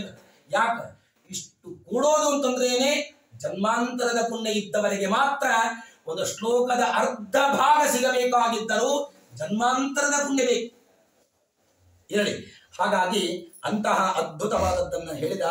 ಅದಕ್ಕಾಗಿ ನೀನು ಹೋಗು, ಎಲ್ಲಿ ಸಜ್ಜನರ ಇರ್ತಾರಲ್ಲ ಅಲ್ಲಿ ಹೋಗುವಂತ. ಇದನ್ನೇ ಯಯಾತಿ ಮಹಾರಾಜ ಸ್ವರ್ಗದಿಂದಾಗಿ ಕೆಳಕ್ಕೆ ಹಾಕುವಾಗ ಒಂದು ಆಪ್ಷನ್ ಕೇಳ್ತಾನೆ ಇಂದ್ರದೇವರಿಗೆ, ಸ್ವಾಮಿ ನನ್ನ ಕೆಳಗೆ ಹಾಕು, ಬ್ಯಾಡ ನಂಗಲ್ಲ. ಎಲ್ಲಿ ಸಜ್ಜನರು ಇದ್ದಾರಲ್ಲ, ಎಲ್ಲಿ ಜ್ಞಾನಿಗಳು ಇದ್ದಾರಲ್ಲ ಅಲ್ಲೇ ನನ್ನನ್ನು ಹೋಗೋದು ಬಿಡು, ಮತ್ತೆ ಇಲ್ಲೇ ಜಾಯಿನ್ ಆಗ್ತೇನೆ ಅಂತ. ಹಾಗಾಗಿ ಅದನ್ನು ಮಾಡಿದ್ದಾರೆ. ಅಂತೂ ಇಂತೂ ಮಗ ಏನೋ ಸಣ್ಣ ಪಾಪ ಈಗ ಜಸ್ಟ್ 2 ತಿಂಗಳಾಗಿದೆ, ಏನೋ ಹೇಳಾನ, ನೋಡೋಣ ಸ್ವಲ್ಪ ಇನ್ನೊಂದು 6 ತಿಂಗಳ ಸಿಲೆಬಸ್ ಆರಂಭ ಆಗ್ಲಿ ನೋಡೋಣ ಅಂತ ಮತ್ತೆ ಕರೆಸ್ತಾನಂತೆ. ಕರೆದುಕೊಂಡು ಹೋಗಿದ್ದಾರೆ. ಚೆನ್ನಾಗಿ ನೋಡು, ಒಟ್ಟಾರೆ ಧರ್ಮ ಅರ್ಥ ಕಾಮ 3 ಹೇಳಬೇಕು. ಮೋಕ್ಷ ಇಚ್ಛಾ ಹರಿ ಯಾವ ನಡೆಯಂಗಿಲ್ಲ, ಸಿಲೆಬಸ್ ಇಲ್ಲ ಅಂತ ಹೇಳಿದ್ದ. ಇರಲಿ ಅಂತ ಹೇಳಿ ಕರೆದುಕೊಂಡು ಹೋಗಿದ್ದಾರೆ. ಪಾಪ ಈ ಹೆದರಿಕೊಂಡು ಕರ್ಕೊಂಡು ಹೋದ್ವಿ. ಅಂತೂ ನೋಡಪ್ಪ ಮರಾಯ, ನಾವ್ ಏನ್ ಹೇಳ್ತೀವಿ ಅದನ್ನ ಹೇಳು. ಎಲ್ಲಾರು ಅದನ್ನ ಹೇಳ್ತಾರೆ, ನೀ ಮಾತ್ರ ನಾವ್ ಏನ್ ಹೇಳ್ತೇವೆ ಅದ್ರ ವಿರುದ್ಧ ನೀ ಹೇಳಿದ್ದಕ್ಕಿಲ್ಲ ಅಂತಾರೆ. ಪ್ಲೀಸ್ ಇನ್ನು 6 ತಿಂಗಳಿಗೆ ಮಾತ್ರ ನೀ ಕರ್ಕೊಂಡು ಹೋಗ್ಬೇಕಾದ್ರೆ ನಾವೇನ್ ಹೇಳವಲ್ಲ ದಯವಿಟ್ಟು ಅದನ್ನ ಹೇಳಿ. Okay sir. ಪಾಪ ಅವನು ಮತ್ತಂಗ ನೀವೇನ್ ಹೇಳ್ತೀರಲ್ಲ ಅದನ್ನ ಹೇಳ್ತೀನಿ ನಡಿ ಅಂತ ಹೇಳಿ ಅಂತೂ ಇತ್ತು 6 ತಿಂಗಳ ಇನ್ನು ಬೇಕಾದ ಸಿಲೆಬಸ್ ಆಗಿದೆ, ಬಹಳ ಚಂದ ಓದ್ಯಾನ ಅಂತ ಕರ್ಕೊಂಡು ಬಂದ್ರು. ಮತ್ತೆ ಹೇಳ್ತಾನೆ ಪ್ರಹ್ಲಾದ ವಾಚ ಶ್ರವಣಂ ಕೀರ್ತನಂ ವಿಷ್ಣೋ ಸ್ಮರಣಂ ಪಾದ ಸೇವನಂ ಅರ್ಚನಂ ವಂದನಂ ದಾಸ್ಯಂ ಸತ್ಯಮಾತ್ಮನಿವೇದನಂ ಇತಿ ಪುಂಸಾತ್ಪಿತಾ ವಿಷ್ಣು ಭಕ್ತಿಶ್ಚೈನವ ಲಕ್ಷಣ. ಅಪ್ಪ ಭಾರಿ ಕಲ್ತದ್ ಯಾವ್ದಂತ ಕೇಳಿದ, ಇದನ್ನೇ ನಾ ಕಲ್ತೇನೆ. ಅರ್ಚನಾ ಮಾಡು, ಶ್ರವಣ ಭಕ್ತಿ, ಕೀರ್ತನ ಭಕ್ತಿ, ವಿಷ್ಣು ಸ್ಮರಣ ಭಕ್ತಿ, ಪಾದ ಸೇವನ, ಒಂದೊಂದು ಅದ್ಭುತವ ಮಾಡ. ಸುಮ್ಮನೆ ಖಾಲಿ ಕುತ್ಕೊಂಡು ದಾದಾಗಿರಿ ಮಾಡ್ಕೋತ ಕೊಡ್ಬೇಡ. ಇದನ್ನು ಮಾಡಿದರೆ ಸರ್ವೋತ್ತಮನಾದ ಭಗವಂತನ ಪರಮಾನುಗ್ರಹ ನಿನಗೆ ಆಗ್ತದೆ. ಇದನ್ನೇ ನಾನು ಕಲ್ತದ್ದೆ. ಹೇಳಿದ ಉಲ್ಟಾ ಕೇಳಿದಾಗ ನಡೆಯಲಿಕ್ಕಂತಾನ, ನಡೋದು ನಡೆಯುತ್ತಾ ಅಲ್ಲ. ಅಲ್ಲೋ ನಾ ಹುಬ್ಬು ಗಂಟು ಹಾಕಿದ್ರೆ ಇಡೀ ಜಗತ್ತ ನಡೀತದೆ. ಇಷ್ಟೇ ಅಲ್ಲ, ಅತೀ ಸಿಟ್ಟಿಗೆ ಬಂದಾಗ ಏನು ಮಾತಾಡಬೇಕು ಅಂತ ಗೊತ್ತಾಗಿಲ್ಲ, ತುಟಿಗಳು ಅದರ್ತಾ ಇತ್ತು ಅಂತೆ. ಹಾಗಾಗಿ ಬ್ರಹ್ಮಬಂಧೋ ಕಿಮೇನಂತೆ ವಿಪಕ್ಷಂ ಸಯತಾ ಸತ ಅಸಾರಂ ಗ್ರಾಹಿತೋ ಬಾಲ. ನೋಡು, ಈ ಮಗ ಅಸಾರ, ಇದೇ ನಿಜವಾದ ಸಾರ, ಇದೇ ಹರಿಕಥಾಮೃತ ಸಾರ, ಅದನ್ನೇ ಹೇಳ್ಯಾರ. ಅದನ್ನ ಬಿಟ್ಟರೆ ಇದು ಅಸಾರ ಅಂತ ಏನೇನೋ ಹೇಳಿಕತ್ತ ಅಂತ ಹೇಳಿದ. ಅವಾಗ ಮೊದಲಿಗೆ ಕರೆದ, ಬಾರಿಲ್ಲ ಅಂತ. ಅವ್ ಮೊದಲಿಗೆ ನಡಗಲಿಕ್ಕತ್ತಿದ್ದು ಗುರುಗಳು, ಮಾರಾಯ ನಮ್ಮನ್ನು ಬಿಡಂಗಲ್ಲ ಅಂತ ಹೇಳಿ. ಏನು ಹೇಳಿ ಅವಂಗ, ಏನೇನು ಸ್ವಾಮಿ ನಿಮ್ಮ ಮಗಂದ ಹಂಗಾದ, ನಾವು ಬೇಕಾದಷ್ಟು ಪ್ರಯತ್ನ ಮಾಡಿದ್ವಿ, ಅವನ ಮನಸ್ಸೇ ಯಾವಾಗಲೂ ಏನೇನೋ ಇರ್ತದೆ, ಅವನೇ ಹಾಗೆ ಓದಿದ್ದಾನೆ ಅಂತ ಹೇಳಿಬಿಟ್ಟಿದ್ದಾರೆ. ಪ್ರಹ್ಲಾದ ವಾಚ ಮತ್ತೆ ಕೇಳಿದ್ರೆ ಪಾಪ ಇಂದ್ಯಾಕೋ ಮಾರಾಯ ನೀನು ಅಂತ ಕೇಳಿದ್ರೆ, ಮತಿನ್ನ ಕೃಷ್ಣೇ ಪರತಸ್ತೋಪಿ ವಾಮಿತೋಪ್ಯವತ್ತೇತ ಗ್ರಹಮೃತಾನ ಅದಂತ ಗೋಪಿರವಿ ಶತಾಂತ ಮಿತ್ರಂ ಪುನಃ ಪುನಶ್ಚರವಿತ ಚರವಣಾನ ಅಂತ ಹೇಳಿ ನಾವು ಹೇಳಿದ. ನನ್ನ ಮನಸ್ಸು ಯಾವಾಗಲೂ ಕೂಡ ಪರಮಾತ್ಮನಲ್ಲಿ ಇರ್ತದೆ ಅಂತ ಹೇಳ್ತ, ಯಾರೂ ಪಡೆದೇ ಇದ್ದರೂ ಅದ್ಭುತವಾದ ಈ ಜ್ಞಾನವನ್ನು ನೀನು ಹೇಗೆ ಪಡೆದಿ ಅಂತಂದ್ರೆ, ನಿಷ್ಕಿಂಚನಾನಾಂ ನವರಣೀತ ಯಾವತ ಮಹೀಯಸಾಂ ಪಾದರಜೋಭಿಷೇಕಂ. ಎಲ್ಲಿ ಭಗವದ್ಭಕ್ತರ ಪಾದಕ್ಕೆ ಹತ್ತಿದ ಧೂಳಿ ಕಣದಲ್ಲಿ ಎಲ್ಲಿ ತನಕ ನೀವು ಸ್ನಾನ ಮಾಡಂಗಲ್ಲ, ಅಲ್ಲಿ ತನಕ ಜ್ಞಾನ ಬರಂಗಲ್ಲ. ಜ್ಞಾನವನ್ನು ಸಂಪಾದನೆಯನ್ನು ಮಾಡಿದ್ದು ಅದರಿಂದ ಅಂತ ಹೇಳಿದಾಗ, ಅವನ ವಿರುದ್ಧವಾಗಿ ಮಾತುಗಳನ್ನು ಆಡಿದಾಗ ಹೇಳ್ತಾರಂತೆ ಹಿರಣ್ಯಕಶಿಪು, ಇವ ಬೇಡ ಎಷ್ಟೆಷ್ಟು ಇವ ಒಟ್ಟಾರೆ ಇಲ್ಲ ಅಂತಾನೆ ನಮಗೆ ಸುದ್ದಿ. ಸತ್ತ ಅಂತ ನಮ್ಮ ಧಾರವಾಡ ಭಾಷಾದೊಳಗೆ ಹೇಳ್ಬೇಕು, ನಮ್ಮ ಮಗ ಸತ್ತ ಅಂತ ಬಂದ್ಬಿಟ್ರೆ ಸಾಕು, ಹಂಗೆ ಪ್ರಯೋಗ ಮಾಡ್ತೀರಿ ಮಾಡ್ರಿ ಅಂತ ಹೇಳಿ ಕಳಿಸಿಬಿಟ್ಟ. ಪ್ರಯೋಗ ಎಲ್ಲ ಗೊತ್ತವ ನಿಮಗೆ, ಎಲ್ಲ ಮಾಡುವ ಪ್ರಯೋಗ ಬೇಕಾದಷ್ಟು ಲಾಗವಾಗದು. ವಿಷಮಪ್ಯಮೃತಂ ಕ್ವಚಿದ್ಧವೇ ಅಮೃತಂ ವಿಷಮೀಶ್ವರೇಚ್ಛಯ. ವಿಷವೂ ಕೂಡ ದೇವರ ಇಚ್ಛೆಯಿಂದಾಗಿ ಅವನಿಗೆ ಅಮೃತವಾಗಿದೆ. ಅಂತಹ ಎಲ್ಲ ರೀತಿಯಿಂದಾಗಿ ಬಂದ ಆಗಲಿ ಮತ್ತಿನ್ನು ವೇಸ್ಟ್ ಅಂತಾರೆ. ಕೊನೆಗೆ ಏನು ಎದರಿಂದಲೂ ಸಾಯದೆ ಇದ್ದಾಗ ಅಲ್ಲೇ ಗುರುಕುಲದಲ್ಲಿ ಸ್ವಲ್ಪ ಇರಲಿ ಅಂತ ಹೇಳಿದ್ರು. ಆ ಗುರುಕುಲದ ಗುರುಗಳು ಒಮ್ಮೆ ಎಲ್ಲಿ ಹೊರಗೆ ಹೋಗಿದ್ರಂತ, ಸ್ವಲ್ಪ ನೋಡ್ರಪ್ಪ ಎಲ್ಲಾರು ಬೇಕಾದಕ್ಕೆ ಯಾವ ಪೇರಡು ಇಲ್ಲ, ಧುಂಶಾನ ಆಟ ಆಡಿ ಅಂತ ಹೇಳಿ, ಎಲ್ಲಾರ ಬೇಕಾದಟ್ಟು ಆಟ ಆಡಿ ಅಂತ ಹೇಳಿ, ಗುರುಗಳೇ ಇಲ್ಲ ಅಂತ ಹೇಳಿ ಎಲ್ಲಾ ಹುಡುಗರು ಜಯ ಅಂತಂದಿದ್ರಂತ. ಅಷ್ಟೊಳಗಡೆ ಇದೇ ಸರಿಯಾದ ಕಾಲ ಅಂತ ಹೇಳಿ ಅದ್ಭುತವಾಗಿ ಎಲ್ಲರನ್ನು ಕೂಡಿಸಿಕೊಂಡ. ಇದು ವೇದಾಂತದ ಪಾಠವನ್ನೇ ಆಟವನ್ನಾಗಿ ಆಡೋಣ ಅಂತ ಹೇಳಿ ಒಳ್ಳೆ ಪ್ರಹ್ಲಾದರಾಜನ ಮೇಲಕ್ಕೆ ಕುಳಿತು ಆ ಎಲ್ಲ ತನ್ನ ವಯಸ್ಸಿನ ಬಾಲಕರನ್ನು ತಾನೇ ಮುಂದಕ್ಕೆ ಕೂಡಿಸಿಕೊಂಡು ಇದೇ ಆಟ, ಈ ಆಟದ ಮಧ್ಯದಲ್ಲಿಯೇನೆ ಮಕ್ಕಳನ್ನು ಚೆನ್ನಾಗಿ ದಾರಿಗೆ ತರೋಣ ಅಂತ ಹೇಳಿ ಒಳ್ಳೆ ರೀತಿಯಲ್ಲಿ ಉಪದೇಶವನ್ನು ಮಾಡಿದ. ಆ ಎಲ್ಲ ಉಪದೇಶ ಹೇಳ್ತಾನೆ ಮಕ್ಕಳಿಗೆ. ಯಾರು ತಾನೇ 5 ವರ್ಷದ ಬಾಲಕ ಹೇಳಿಕತ್ತಾನೆ, ಯಾರೂ ಕೂಡ ಹಿಂದಿನ ಋಷಿ ಮುನಿ ಮಕ್ಕಳು ಹಿಂಗ ನಮ್ಮಂತೆ ಕುಕ್ಕಟೆಯಾಗಿ ಕಾಲ ಕಳೆದಿಲ್ಲ ಅಂತಂತಾನ. ತಾನಗ 5 ವರ್ಷ ತಲೆ ಮ್ಯಾಲ ಮಾಸಾರಿಲ್ಲ. ಅದಕ್ಕೆ ಟಿಪ್ಪಣಿಕಾರರು ಬರೀತಾರೆ, ಯಾರವರು ಅಂತಂದ್ರೆ ಮಾರ್ಕಾಂಡೇಯರ ಮಕ್ಕಳದು, ಮೃಕಂಡುವಿನ ಮಕ್ಕಳಾದ ಮಾರ್ಕಾಂಡೇಯರೇ ಮೊದಲಾದ ಪ್ರವೃತ್ತಿಗಳು ಸಣ್ಣ ವಯಸ್ಸಿನಲ್ಲಿ ಇರುವಾಗಲೇ ಬೇಕಾದಷ್ಟು ಸಾಧನೆಯನ್ನು ಮಾಡಿದ್ದಾರೆ. ಸರ್, ಯಾರ್ಯಾರ ಶತಾಬ್ದಿ ಮಾಡ್ಕೊಂಡಿರಿ ಆ ಮಹಾನುಭಾವರು ಯಾರನ್ನ ಸಪ್ತ ಕಲ್ಪಾಂತ ಜೀವನ ಅಲ್ಪವಾದ ಆಯುಷ್ಯವನ್ನ ಪಡೆದ ಮಾರ್ಕಾಂಡೇಯರು ದೀರ್ಘವಾದ ಆಯುಷ್ಯವನ್ನ ಪಡೆದದ್ದೇ ಇದರಿಂದ ಸೇವಾ ಮಾಡಿದ್ದ ಹೇಳಿ. ಹಾಗಾಗಿ ಒಳ್ಳೆ ಕಾಲವನ್ನು ಕಳೆಯುವುದು ಬೇಡ, ಸಾಧನೆಯನ್ನು ಮಾಡಬೇಕು ಅಂತ ಹೇಳ್ತಾರೆ. ಈ ಜನ್ಮ ಬರುವುದೇ ಕಷ್ಟ, ನರಜನ್ಮ ಬರುವುದೇ ಕಷ್ಟ, ಇದನ್ನು ಅರಿತು ನೋಡುವುದೇ ವಿಪ್ರತ್ವ ಶ್ರೇಷ್ಠ, ಮರಳಿ ಬಾಗೋದೇ ಕಷ್ಟ, ನಮ್ಮ ಮರುತ ಮತವ ಕೊಂದುವುದೇ ದುರ್ಘಟ, ಕೇಳಲವೋ ಮಂಗ್ಯ. ಅಲ್ಲ ಅವ್ರು ಚಂದಾನೆ ಅಷ್ಟೇ, ಕೇಳಲವೋ ಮರ್ಕಟ. ಶಬ್ದ ಇಲ್ಲ, ಎಷ್ಟು ಚಂದ ವಿಜಯದಾಸರು ಹೇಳಿದ್ದೇ, ಎಷ್ಟು ಚಂದ ಇದೇ ಮಾತು. ತತ್ರಾಪಿ ಜನ್ಮ ಶತಕೋಟಿಚು ಮಾನವತ್ವಂ, ತತ್ರಾಪಿ ಜನ್ಮ ಶತಕೋಟಿಚು ಬ್ರಾಹ್ಮಣತ್ವಂ, ತತ್ರಾಪಿ ಜನ್ಮ ಶತಕೋಟಿಚು ವೈಷ್ಣವತ್ವಂ, ತತ್ರಾಪಿ ಜನ್ಮ ಶತಕೋಟಿಚು ಮತ್ಪರತ್ವಂ. ಆಚಾರ ಹಾಡು ಭಾಳ ಚಂದದ, ಬಂದ್ ಕೂತ್ಕೊಳ್ಳಿ ಹಚ್ಚಿಸ್ತಿರ್ತಾರೆ. ಆಚಾರ 1 ಮಿನಿಟ್ ಹಾಡು ಹಚ್ಕೊಂಡಿದ್ದೆ, ಬರ್ತೇನೆ ಒಳಗ. ಏಸು ಕಾಯಂಗಲ ಕಳೆದು 84 ಲಕ್ಷ ಜೀವ ರಾಶಿಯನ್ನು ದಾಟಿ ಬಂದ ಈ ಶರೀರ, ತಾನಲ್ಲ ತನ್ನದಲ್ಲ ಮುಂದೆ ಬಾಹೋದಲ್ಲ, ಮುಂದೆ ಬರಂಗಲ್ರು ಅಂತ ಹೇಳಿದ. ಪುತ್ತೂರು ಎಷ್ಟು ಚಂದ ಹಾಡ್ಯಾನ್ರಿ ಆಚಾರ ಅಂತ ಹೇಳ್ತಾರೆ. ಏನ್ ಪುತ್ತೂರು ಏನ್ ಚಂದ ಹೇಳ್ದ, ಪುತ್ತೂರಲ್ಲ ಕನಕದಾಸರು ಹೇಳ್ಯಾರ, ಮುಂದೆ ಬರಂಗಲ್ಲೋ ಈಗ ಸಾಧನ ಮಾಡ್ಕೊಡ್ರು ಅಂತ ಅವ್ರು ಹೇಳಿಕತ್ತಾರ. ಮುಂದೆ ಬರಂಗಲ್ರು ಅಂತ ಹೇಳಿಕತ್ತಾರ. ಅದು ಹಾಡು ಬಹಳ ಚಂದ. ಮುಂದೇನು ತತಕ್ಕಿ ಮುಂದೇನ್ ಮಾಡೋರಿದ್ದೇನೆ, ಏನು ಇಲ್ಲ. ಹಾಗಾಗಿ ಇದರೊಳಗೆ ಕಾಲವನ್ನು ಕಳೆಯಬೇಡಿ. ದುರ್ಲಭಂ ಮಾನುಷಂ ಜನ್ಮ. ಅದಕ್ಕೆ ಅವರು ಆದಿದಾಸರು, ಪಾಪ ನಮ್ಮ ಪುರಂದರದಾಸರು ಸ್ವಲ್ಪ ಪೊಲೈಟ್ ಆಗಿ ಮಾತಾಡಿದ್ರು. ಮಾನವ ಜನ್ಮ ದೊಡ್ಡದು ಇಷ್ಟು ಹೇಳಿಬಿಟ್ಟು ತಿಳ್ಕೊಂಡಿದ್ರು. ಹುಚ್ಚ ಅಂತಂದ್ರೆ ಆಗ ಭಾಳ ಇನ್ಸಲ್ಟ್ ಆಗ್ತಿದ್ದಂತೆ. ಪುರಂದರದಾಸರ ಕಾಲಕ್ಕೆ ಹುಚ್ಚ ಅಂತಂದ್ಬಿಟ್ರೆ ಭಾಳ ಇನ್ಸಲ್ಟ್ ಅಂತ. ಈಗಲ್ಲ, ಹುಚ್ಚ ಅನ್ನು, ಹಂದಿ ಅನ್ನು, ನಾಯಿ ಆಚಾರ ನಾವು ಹೆಂಗಿರ್ಬೇಕು ಹಂಗ ಇಷ್ಟೆಲ್ಲ ಅನೌನ್ಸ್ಮೆಂಟ್ ಮಾಡ್ಯಾರ. ಒಬ್ರದ ಅಲ್ಲಿಂದ ಬರ್ಬೇಕು, ನಾವು ಹೆಂಗಿರೋರು ಹಂಗ ಇಟ್ಕೊಳ್ಳೋದು ಇಲ್ಲ. ಅದಕ್ಕೆ ಎಲ್ಲಾ ದಾಸರು ಎಲ್ಲ ಅದಕ್ಕೆ ಅವರು ಇವ್ರು ಮತ್ತ ಅವ್ರು ಪುರಂದರ ದಾಸರ ಆತು, ಇವ್ರು ವಿಜಯದಾಸರಲ್ಲ, ಮತ್ತು ಅದು ಮಂಗ್ಯ ಆಗ್ತದೆ. ಅದಕ್ಕೆ ಅವ್ರು ಮುಂದಿನವರು ಆಗದ್ದಾಯ್ತಿಲ್ಲಾದರೂ ಒಳ್ಳೆ ಹಾದಿ ಹಿಡಿಯೋ ಪ್ರಾಣಿ. ಪ್ರಾಣಿ ಏನು ಅಲ್ಲ ಅಲ್ಲ, ಬತ್ತ ಹುಚ್ಚ ಅಂತಂದ್ರು ಇವ್ರು. ಹೌದು ಅವ್ರು ಬ್ಯಾರೆ ಅಂದ್ರು, ಏನಿದ್ರು ಅವರು. ಪ್ರಸನ್ನ ವೆಂಕಟದಾಸರು ಆಗದ್ದಾಯ್ತಿಲ್ಲಾದರೂ ಒಳ್ಳೆ ಹಾದಿ ಹಿಡಿಯೋ ಪ್ರಾಣಿ, ಈ ದುರ್ನಡತಿಂದೋದರಿಹ ಪರದಿ ಮೋದವೆಂದಿಗೂ ಕಾಣಿ. ಊದೋಯ್ ಉದ್ಧಾರ ಮಾಡ್ಕೊಂಡು ಅದೇ ಮಾತನ್ನು ಹೇಳ್ತಾರೆ. ಮನುಷ್ಯರಿಗೆ ಆಯುಷ್ಯಗಳಿದೆ ಎಲ್ಲ 50 ವರ್ಷ ಅಂತೂ ಸರಳ ಸರಳ, ನಿದ್ದೆ ಅಂತೂ ಗ್ಯಾರಂಟಿ. ಅದನ್ನ ಅದೇ ಆಚಾರ ರೆಸ್ಟ್ ಅದ್ರೊಳಗ ಮುಂದೆ ಸಣ್ಣ ವಯಸ್ಸು ಆಚಾರ ಏನ್ ಹೇಳ್ತಾಳ ಏನ್ರಿ, ಈಗ ಈ ಸುಳ್ಳ ರಾಮ ರಾಮ ಶಬ್ದ ಆಗಿ ಶಬ್ದ ಹಿಡ್ಕೊಂಡು ಕೊಡ್ಬೇಡ. ಯಾಕ ಈ ಜಟ್ಟ ಏನ್ ಪಾಪ ಸಣ್ಣ ಹುಡುಗದ ಹಂಗ. ಬಾಲ್ಯದಲ್ಲಿ ಕೆಲವು ದಿನ ಬರಿದೆ ಹೋಯಿತು ಹೊತ್ತು, ಮೇಲೆ ಯೌವನ ಮದದಿ ಮುಂದರಿಯದಿದೆ, ಜಾಲೆ ಸಂಸಾರದಲ್ಲಿ ಸಿಲುಕಿ ಬಳಲಿದೆ ನಯ್ಯ, ಪಾಲಿಸೋ ಪರಮಾತ್ಮ. ಕಾಲು ಹೋದದ್ದೇ ಗೊತ್ತಾಗಲ್ಲ. ಆದ್ದರಿಂದಾಗಿ ನಮಗೆ ಗಾಳಿ ಬಿಟ್ಟಾಗ ತೋರಿಕೊಳ್ಳಬೇಕು. ಅದನ್ನ ಪ್ರಹ್ಲಾದರಾಜರು ಮಕ್ಕಳಿಗೆ ಹೇಳ್ತಾ ಇದ್ದಾರೆ. ಆದ್ದರಿಂದಾಗಿ ಸಾಧನೆಯನ್ನು ಮಾಡಿ ಅಂತ ದಯವಿಟ್ಟು ನಾವು ಕಿವಿ ಮಾತು ಹೇಳ್ತೇನೆ ಅಂತ ಹೇಳ್ತಾರೆ. ಯಾರ್ಯಾರು ಮದುವೆ ಆಗೋದ ಬೇಡ ಅಂತಂತಾನಂತ ನೋಡ್ರಿ. ನಾವೆಲ್ಲರ ಆಗಿ ಕ್ರೀಡಾ ಮೃಗದಂತೆ ನಾವಿದ್ದೇವೆ. ಕ್ರೀಡಾ ಮೃಗ ಅಂತ ಗೊತ್ತಲ್ಲ, ಕೈಯಾಗ ಅಪ್ಪ ಅಲ್ಲಿ ಕೂತಿರ್ತಾನೆ, ಮಗ ಅಲ್ಲಿ ಕೂತಿರ್ತಾನೆ, ಅವು ಇಲ್ಲಿ ಕೂತಿರ್ತಾನೆ.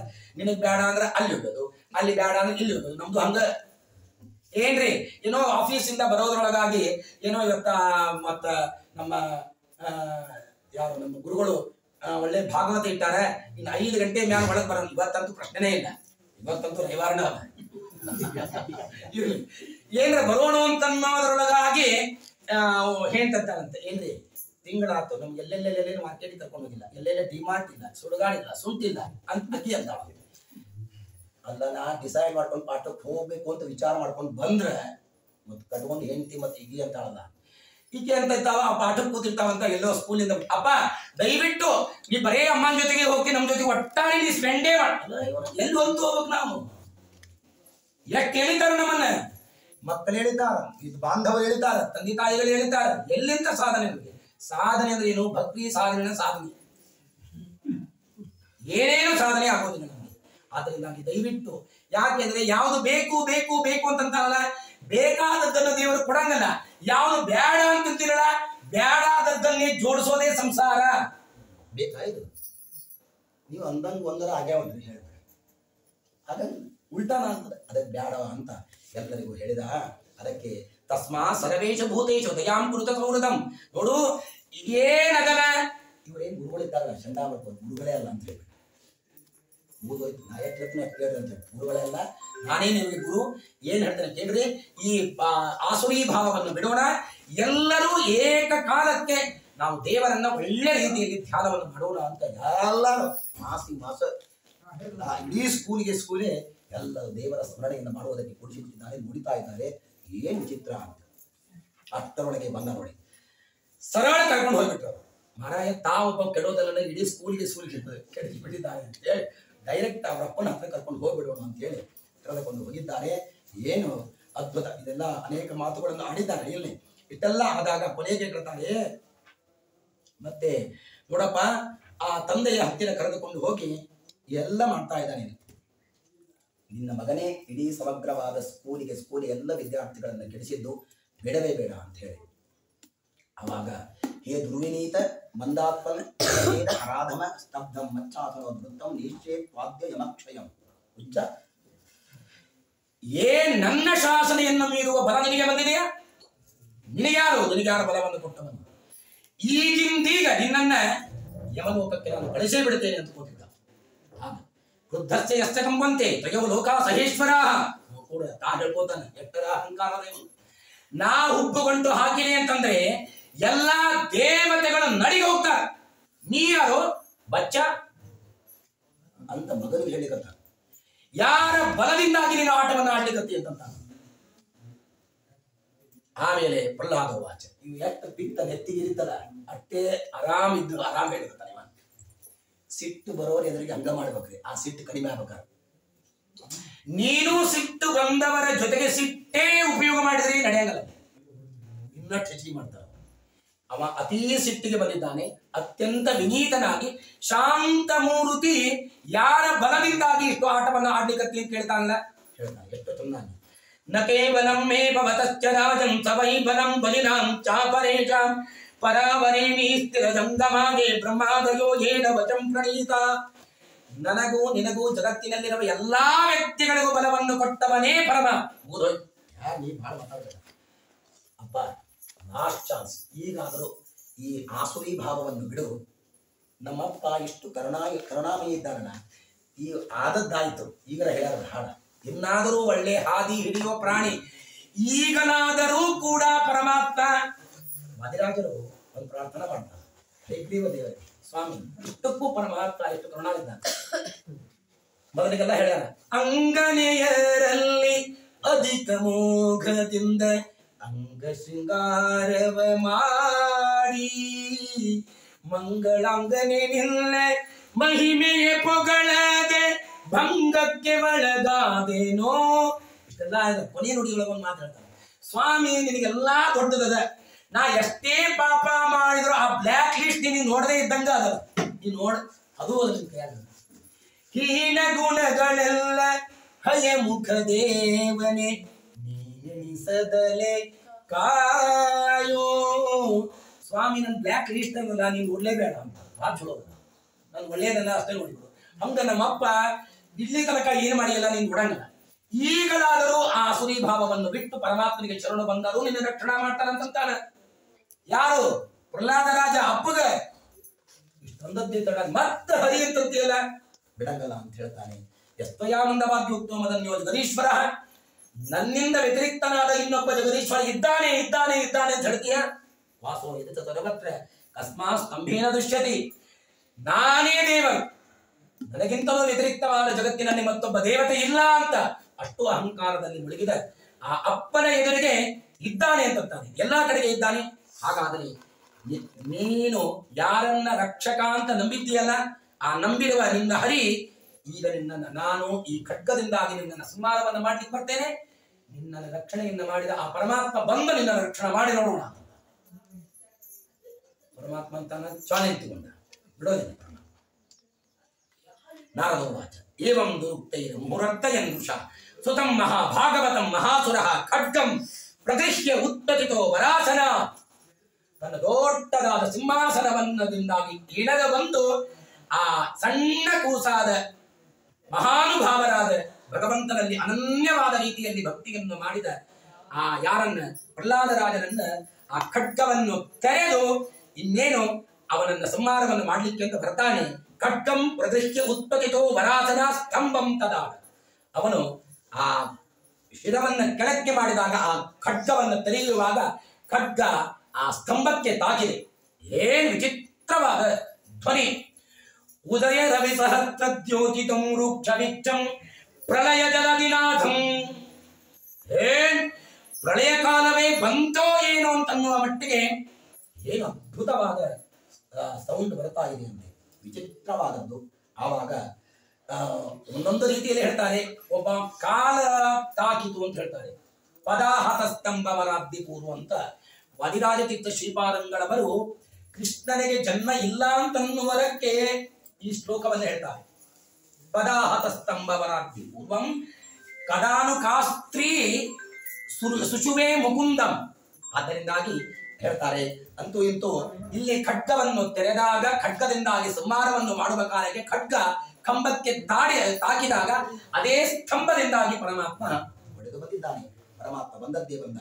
ಏನು ಅದ್ಭುತವಾದದ್ದು! ಸತ್ಯಂ ವಿಧಾತುಂ ನಿಜವೃತ್ಯವಾಚಿತಂ ವ್ಯಾಪ್ತಿಂ ಚ ಭೂತೇಷು ಕಿಲೇಷು ತ.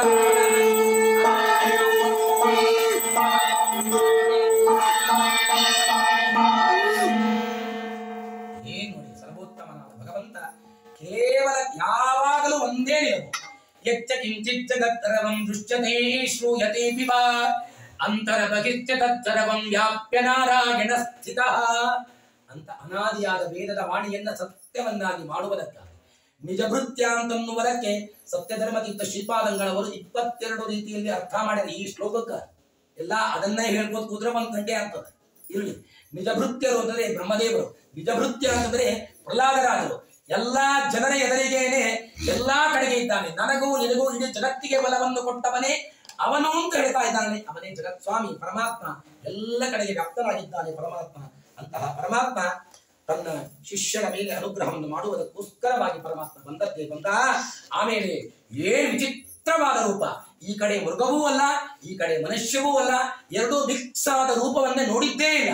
ಯಾರು? ದೈತ್ಯೇಂದ್ರನಾದ ಹಿರಣ್ಯಕಶಿಪು. ಓ ನನ್ನ ಸಂಹಾರವನ್ನು ಮಾಡುವ ವ್ಯಕ್ತಿ ಇವನೇನಾ? ಇವನೇ ನನ್ನ ತಮ್ಮನನ್ನ ಸಂಹಾರವನ್ನು ಮಾಡಿದವನ ಬಿಡೋದಿಲ್ಲ ಅಂತ ಹೇಳಿ ಯುದ್ಧಕ್ಕೆ ಹೋಗ್ತಾನೆ. ಇದೆಲ್ಲ ನಾಟಕ. ಪರಮಾತ್ಮ ಆಗಲೇ ಸಂಹಾರವನ್ನು ಮಾಡಬಹುದಾಗಿತ್ತು. ಆದರೆ ಪರಮಾತ್ಮ ಬ್ರಹ್ಮದೇವರ ಕೊಟ್ಟ ಎಲ್ಲ ವರವನ್ನ ಲೀಸ್ಟ್ ಕೈಯಾಗಿಟ್ಕೊಂಡಿದ್ದ. ಕೈಯಾಗಿಟ್ಟು ಇಷ್ಟು ಗೆದ್ದು ಅಂತ ತಿಳ್ಕೋಬೇಡ್ರಿ, ಸರ್ವಜ್ಞ, ಎಲ್ಲ ಗೊತ್ತಿದೆ ಪರಮಾತ್ಮನಿಗೆ, ಎಲ್ಲವನ್ನು ತೋರಿಸಿದ. ಅಂತೂ ಇಂತೂ ಅವರ ಪರಾಕ್ರಮವನ್ನು ಜಗತ್ತಿಗೆ ತೋರಿಸಿದ. ಯಾರೋ ಒಬ್ಬ ಹೇಪ್ಲ್ಯಾ ನನ್ನ ಸೇವ ಸಂಹಾರ ಮಾಡಲಿಲ್ಲ ಅಂತ ಅನ್ನೋದು ಗೊತ್ತಿರ್ಬೇಕಲ್ಲ ನಿಮ್ಗೆ. ಹಿರಣ್ಯಕಶಿಪು ಒಬ್ಬ ವ್ಯಕ್ತಿ, ಇವಾಗ ಸಣ್ಣ ಕಾಚಿ ಕುಚ್ಚಿ ವ್ಯಕ್ತಿ ಅಂತ ತಿಳ್ಕೋಬೇಡ್ರಿ. ನನ್ನಂತಹ ವ್ಯಕ್ತಿಯ ಜೊತೆಗೂ ಕೂಡ ಏನೇನು ನರಸಿಂಹ ರೂಪಿಯಾದ ಪರಮಾತ್ಮ ತೋರಿಸಿದ್ದಾನೋ ಅದರಂತೆ ಮಾಯಾಶಕ್ತಿಯಿಂದಾಗಿ ಅವನು ತೋರಿಸಿದ್ರಿ. ಗರುಡನ ಮೇಲೆ ಇವ ಕೂತ್ಕೊಂಡ್ರೆ ಅವನು ಗರುಡನ ರೆಡಿ ಮಾಡ್ಕೊಂಡ ಆಗಿದ್ದಾಗ ಇದು ಮಾಯಾಶಕ್ತಿ. ಹೀಗೆಲ್ಲವನ್ನು ಮಾಡಿದ. ಕೊನೆಗೆ ಸಾಯಂಕಾಲದ ವೇಳೆಯಲ್ಲಿ ಪರಮಾತ್ಮ ಅವನನ್ನ ಸಂಹಾರವನ್ನು ಮಾಡಿದ ಅಂತ ಗೊತ್ತಿದೆ ನಿಮಗೆ. ಒಳ್ಳೆ ರೀತಿಯ ಸಂಹಾರವನ್ನು ಮಾಡಿದ. ಗರುಡ ಮಾಲೆಯನ್ನು ಹಾಕಿಕೊಂಡ. ಅದಕ್ಕೆ ಪುರಂದರದಾಸರಂತಾನೆ, ದಾನವನ ಕೊಂದದ್ದೆಲ್ಲ ಕಾಣಿರೋ ನಮ್ಮ ಗಾನ ವಿನೋದಿ ತೊರೆವೆಯ ನಾರೆ ಸಿಂಹದಾನವನ ಕುಂದದ್ದಲ್ಲ. ಅದಕ್ಕೆ ಹೇಳ್ತಾರಂತೆ ಎಲ್ಲಾ ಕಡೆ ಕೈ ಆಡಿಸಿದಂತೆ. ಯಾಕಂತಂದ್ರೆ ಇಂಥ ಪ್ರಹ್ಲಾದರಾಜನಂತಹ ಮುತ್ತು ಮಣಿಗಳು ಇನ್ನೂ ಒಳಗಡೆ ಎಲ್ಲರ ಸಿಕ್ಕೊಂಡಿದ್ದು ತೆಗೆಯೋಣ ಅಂತ ಅದಕ್ಕೆ ನೋಡಿದಂತ ಎಲ್ಲಾ ಕರಡಿನ ಮಾಲೆಯನ್ನು ಹಾಕಿಕೊಂಡ. ಆಮೇಲೆ ಪರಮಾತ್ಮ ಹಾಗೆ ಕೂತಿದ್ದಂತ. ಭಾರಿ ಸಿಟ್ಟಿನ ರೂಪದಲ್ಲಿ, ದೇವರಿಗೆ ಸಿಟ್ಟಿಲ್ಲ. ಕೆಲವರು ಸುಮನ್ಯು ಇಡ್ರಿ ಆಚಾರ ಸಿಟ್ ಬ್ಯಾಡ, ಮೊದಲೇ ಸಿಟ್ಟಿನ ಹುಡುಗರು ಅದೇ ಆ ಬ್ಯಾಡ ದೇವ್ರ ಸಿಟ್ಟದ ತಿಳ್ಕೊಂಡ. ನರಸಿಂಹ ಅಂತ ಇಡ್ಲಿಕ್ಕೆ ಹಿಂದೆ ಮುಂದೆ ನೋಡ್ತಾರ. ದೇವರಿಗೆ ಸಿಟ್ಟಿಲ್ರಿ, ಸಿಟ್ಟಿನಂತೆ ದೇವರು. ಸಿಟ್ಟು ಯಾರಿಗೆ ಬರ್ಬೇಕು? ನಿಮ್ಮ ಮನಸ್ಸಿನ ವಿರುದ್ಧವಾದ್ರೆ ಸಿಟ್ಟು ಬರ್ಬೇಕು. ದೇವರ ಮನಸ್ಸಿನ ವಿರುದ್ಧವಾಗ್ತದ ಆಗಂಗೆ ಇಲ್ಲ. ಆಮೇಲೆ ಸಿಟ್ಟಿಗೆ ಯಾಕೆ ಬರ್ಬೇಕು? ಬರೋದಿಲ್ಲ ಪರಮಾತ್ಮ. ಆದರೂ ಕೂಡ ಸಿಟ್ಟಿನವನಂತೆ ಪರಮಾತ್ಮ ನಟನೆಯನ್ನು ಮಾಡಿದ. ಭಾರಿ ಎಲ್ಲ ದೇವತೆಗಳು ಬರ್ತಾರೆ. ಬಂದಾಗ ಎಲ್ಲರೂ ನಮಸ್ಕಾರವನ್ನು ಮಾಡಿದ. ಸ್ವಾಮಿ ನೀನು ಮಾಡಿದ ಅನಂತ ಉಪಕಾರ. ಇಂದ್ರಾಯ ಸ್ವಾಹ. ಸ್ವಾಮಿ ಫಸ್ಟ್ ಧ್ವನಿ ಇವತ್ತೇ ಕೇಳಿದೆ ಅಂತಂದ. ಅಲ್ಲಿ ತನಕ ಎಲ್ಲ ಬಂದಿದ್ದು ಎಲ್ಲ ಹಿರಣ್ಯಕಶಿಪುವಿಗೆ ಸ್ವಾಹ. ಪಿಂಡವು ಅವಂಗ ಹೋಗ್ತಿತ್ತು ಅಂತ. ಪಿತೃದೇವತೆಗಳು ಬಂದರು. ಸ್ವಾಮಿ ಉದ್ಧಾರ, ಇವತ್ತಿಂದ ಪಿಂಡ ಶುರುವಾಯಿತು. ಓಕೆ ಅಂತ ಎಲ್ಲಾರು ಬಂದು ಥ್ಯಾಂಕ್ಸ್ ಅಂತ ಹೇಳಿದ್ರಂತೆ. ಕೊನೆಗೆ ಏನಾದ್ರೂ ಕೂಡ ಜಪ್ಯೋ ಅನ್ನಿಲ್ಲ ಅಂತ ಪರಮಾತ್ಮ. ಕೊನೆಗೆ ಲಕ್ಷ್ಮೀ ದೇವಿ ಕಳಿಸಿದ್ರಂತ. ಅಕಿನೂ ನಾಟಕ ಮಾಡಿ ಬಂದ್ಬಿಟ್ಲು. ಏನ್ರಿ ಅಕಿನೂ ನಾಟಕ ಮಾಡೋದು? ಎಲ್ಲಾ ನೋಡ್ಯಾಳ. ಪ್ರಳಯ ಕಾಲದಲ್ಲಿ ಆಲದೆನೆಯ ಮೇಲೆ ಮಲಗಿದಾಗ ಹಲವು ಆಭರಣಗಳು ಜಲವು ಆಗಿ ಜಾಣತನದಿ ಮರಳು ಮಾಡಿ. ಅಂತಹ ಮಹಾತಾಯಿ ಕೂಡ ನಾ ಈ ರೂಪ ನೋಡೇನ ಅಂತ ಅಕಿನ ತಿರುಗಿ ಬಂದಾರಂತ. ತಿರುಗಿ ಬಂದ ನೋಡಿದಂತ. ಕೊನೆಗೆ ಅವನ ಮೇಲೆ ಎಲ್ಲಾರು ಸೇರಿ ಪ್ರಹ್ಲಾದರಾಜರನ್ನ ಮುಂದಕ್ಕೆ ಮಾಡ್ಯಾರಂತ. ಪ್ರಹ್ಲಾದರಾಜರು ಹೋಗಿ ಸಾಷ್ಟಾಂಗ ನಮಸ್ಕಾರ ಹಾಕಿ ಏನು ಅದ್ಭುತವಾದ ಸ್ತೋತ್ರವನ್ನು ಮಾಡಿದ್ದಾರೆ. ಪ್ರಹ್ಲಾದರಾಜರು ಸ್ತೋತ್ರವನ್ನು ಮಾಡಿದಾಗ ಪರಮಾತ್ಮ ಸಂತುಷ್ಟನಾಗಿ ಪರಮಾನುಗ್ರಹವನ್ನು ಮಾಡಿದ. ಏನು ಬೇಕು ಅದನ್ನು ಕೇಳ್ಕೊಂತಂದಾಗ ಏನು ಬೇಡದೇ ಇದ್ದಂತೆ ಬಾಯಿ ಬಂದ್ ಮಾಡೋದೇ ವರ ಅಂತ ಹೇಳಿದ. ನಮ್ಗೆ ಹಂಗಲ್ಲ, ಎರಡು ಕಡೆ ಬಾಯಿ ಬಂದ್ ಬಿಡ್ತಾವ. ಗುರುಗಳು ದೇವತೆಗಳ ಮಂದಿರಕ್ಕೆ ಹೋಗೋದೇ ತಡ. ಗಲಗಲ ಬಡ್ಕೊಳ್ಳೋದು ಪ್ರಮೋಷನ್ ಆಗಿದೆ, ಪ್ರಮೋಷನ್ ಮಾಡಿಸ್ರಿ ಎಲ್ಲ ಇವೇ ಬಿಡ್ಕೊಳ್ಳೋದು. ಬೇಡದೇ ಇದ್ದಂತೆ ಮಾಡಿಬಿಡು ಅಂತ ಅನ್ಕೊಂಡು ಇಲ್ಲ ಅವ್ನು ತಪ್ಪಿದ್ದೆ, ತಪ್ಪಾಯ್ತು, ನಮ್ಮಪ್ಪ ಅಗಾಧವಾದ ಪಾಪ ಮಾಡ್ಯಾನ, ಅವ್ನು ಉದ್ಧಾರ ಮಾಡ. ಹೀಗೆ ಕೇಳಿಕೊಳ್ಳದೆ ಇದ್ರು 21 ತಲೆಮಾರ, 21 ಅಗಂಗೆ ಎಲ್ಲ ಇರಲಿ. ಆದರೂ ಕೂಡ ಹಿಂದಿನ ಮುಂದಿನ ಎಲ್ಲ ಜನ್ಮಗಳನ್ನು ನೋಡಿಕೊಂಡು ಪರಮಾತ್ಮ ಉದ್ಧಾರವನ್ನು ಮಾಡಿರಿ ಅಂತ ಹೇಳಿ ಹೀಗೆ ಪ್ರಹ್ಲಾದರಾಜರ ಉತ್ಪತ್ತಿಯಿಂದ ಒಳ್ಳೆ ಸರ್ವೋತ್ತಮನಾದ ಭಗವಂತನಲ್ಲಿ ಮಾಡಿದ ಅದ್ಭುತವಾದ ಮಹಿಮೆಯನ್ನ ಈ ಸಪ್ತಮ ಸ್ಕಂದದಲ್ಲಿ ಹೇಳ್ತಾರೆ. ಮುಂದೆ ವರ್ಣಾಶ್ರಮದ ಎಲ್ಲ ವಿಚಾರವನ್ನು ಹೇಳ್ತಾನೆ. 4 ವರ್ಣಗಳು, 4 ಆಶ್ರಮಗಳು, ಅವರವರೇ ಮಾಡಬೇಕಾದ ಸ್ತ್ರೀಯರ ಕರ್ತವ್ಯಗಳನ್ನು ವಿಶೇಷವಾಗಿ ಹೇಳಿ ಅದನ್ನು ಸಪ್ತಮ ಸ್ಕಂದವನ್ನು ಮುಗಿಸ್ತಾ ಇದ್ದಾರೆ. ಶ್ರೀಕೃಷ್ಣ ಮತ್ತು ಈ ಅವಕಾಶವನ್ನು ಕೊಟ್ಟ ನಮ್ಮ ಭೀಮಸೇನಾಚಾರ್ಯರು ಉತ್ತಮ ವಾಗ್ಮಿಗಳು, ಉತ್ತಮ ಸಂಶೋಧಕರು, ಅನೇಕ ಪುಸ್ತಕಗಳು ಅವರಿಂದ ಬಂದಿವೆ. ಅಂತಹ ಒಳ್ಳೆ ರೀತಿಯಲ್ಲಿ ಆಚಾರ್ಯ ಧಾಮದಲ್ಲಿ ನಿತ್ಯವೂ ಕೂಡ ಆ ಸರ್ವೋತ್ತಮನಾದ ಭಗವಂತನ ಚರಿತ್ರೆಯನ್ನು ಹೇಳಿಸಬೇಕು ಅಂತ ಸಂಕಲ್ಪವನ್ನು ಮಾಡಿದ್ದಾರೆ. ಈ ಅವಕಾಶವನ್ನು ಅವರಿಗೂ ಕೂಡ ವಿಶೇಷವಾಗಿ ನಾನು ನಮಸ್ಕಾರವನ್ನು ಮಾಡ್ತಾರೆ. 2 ಮಾತುಗಳನ್ನು ಮುಗಿಸ್ತಾ ಇದ್ದೇನೆ. ಶ್ರೀಕೃಷ್ಣ.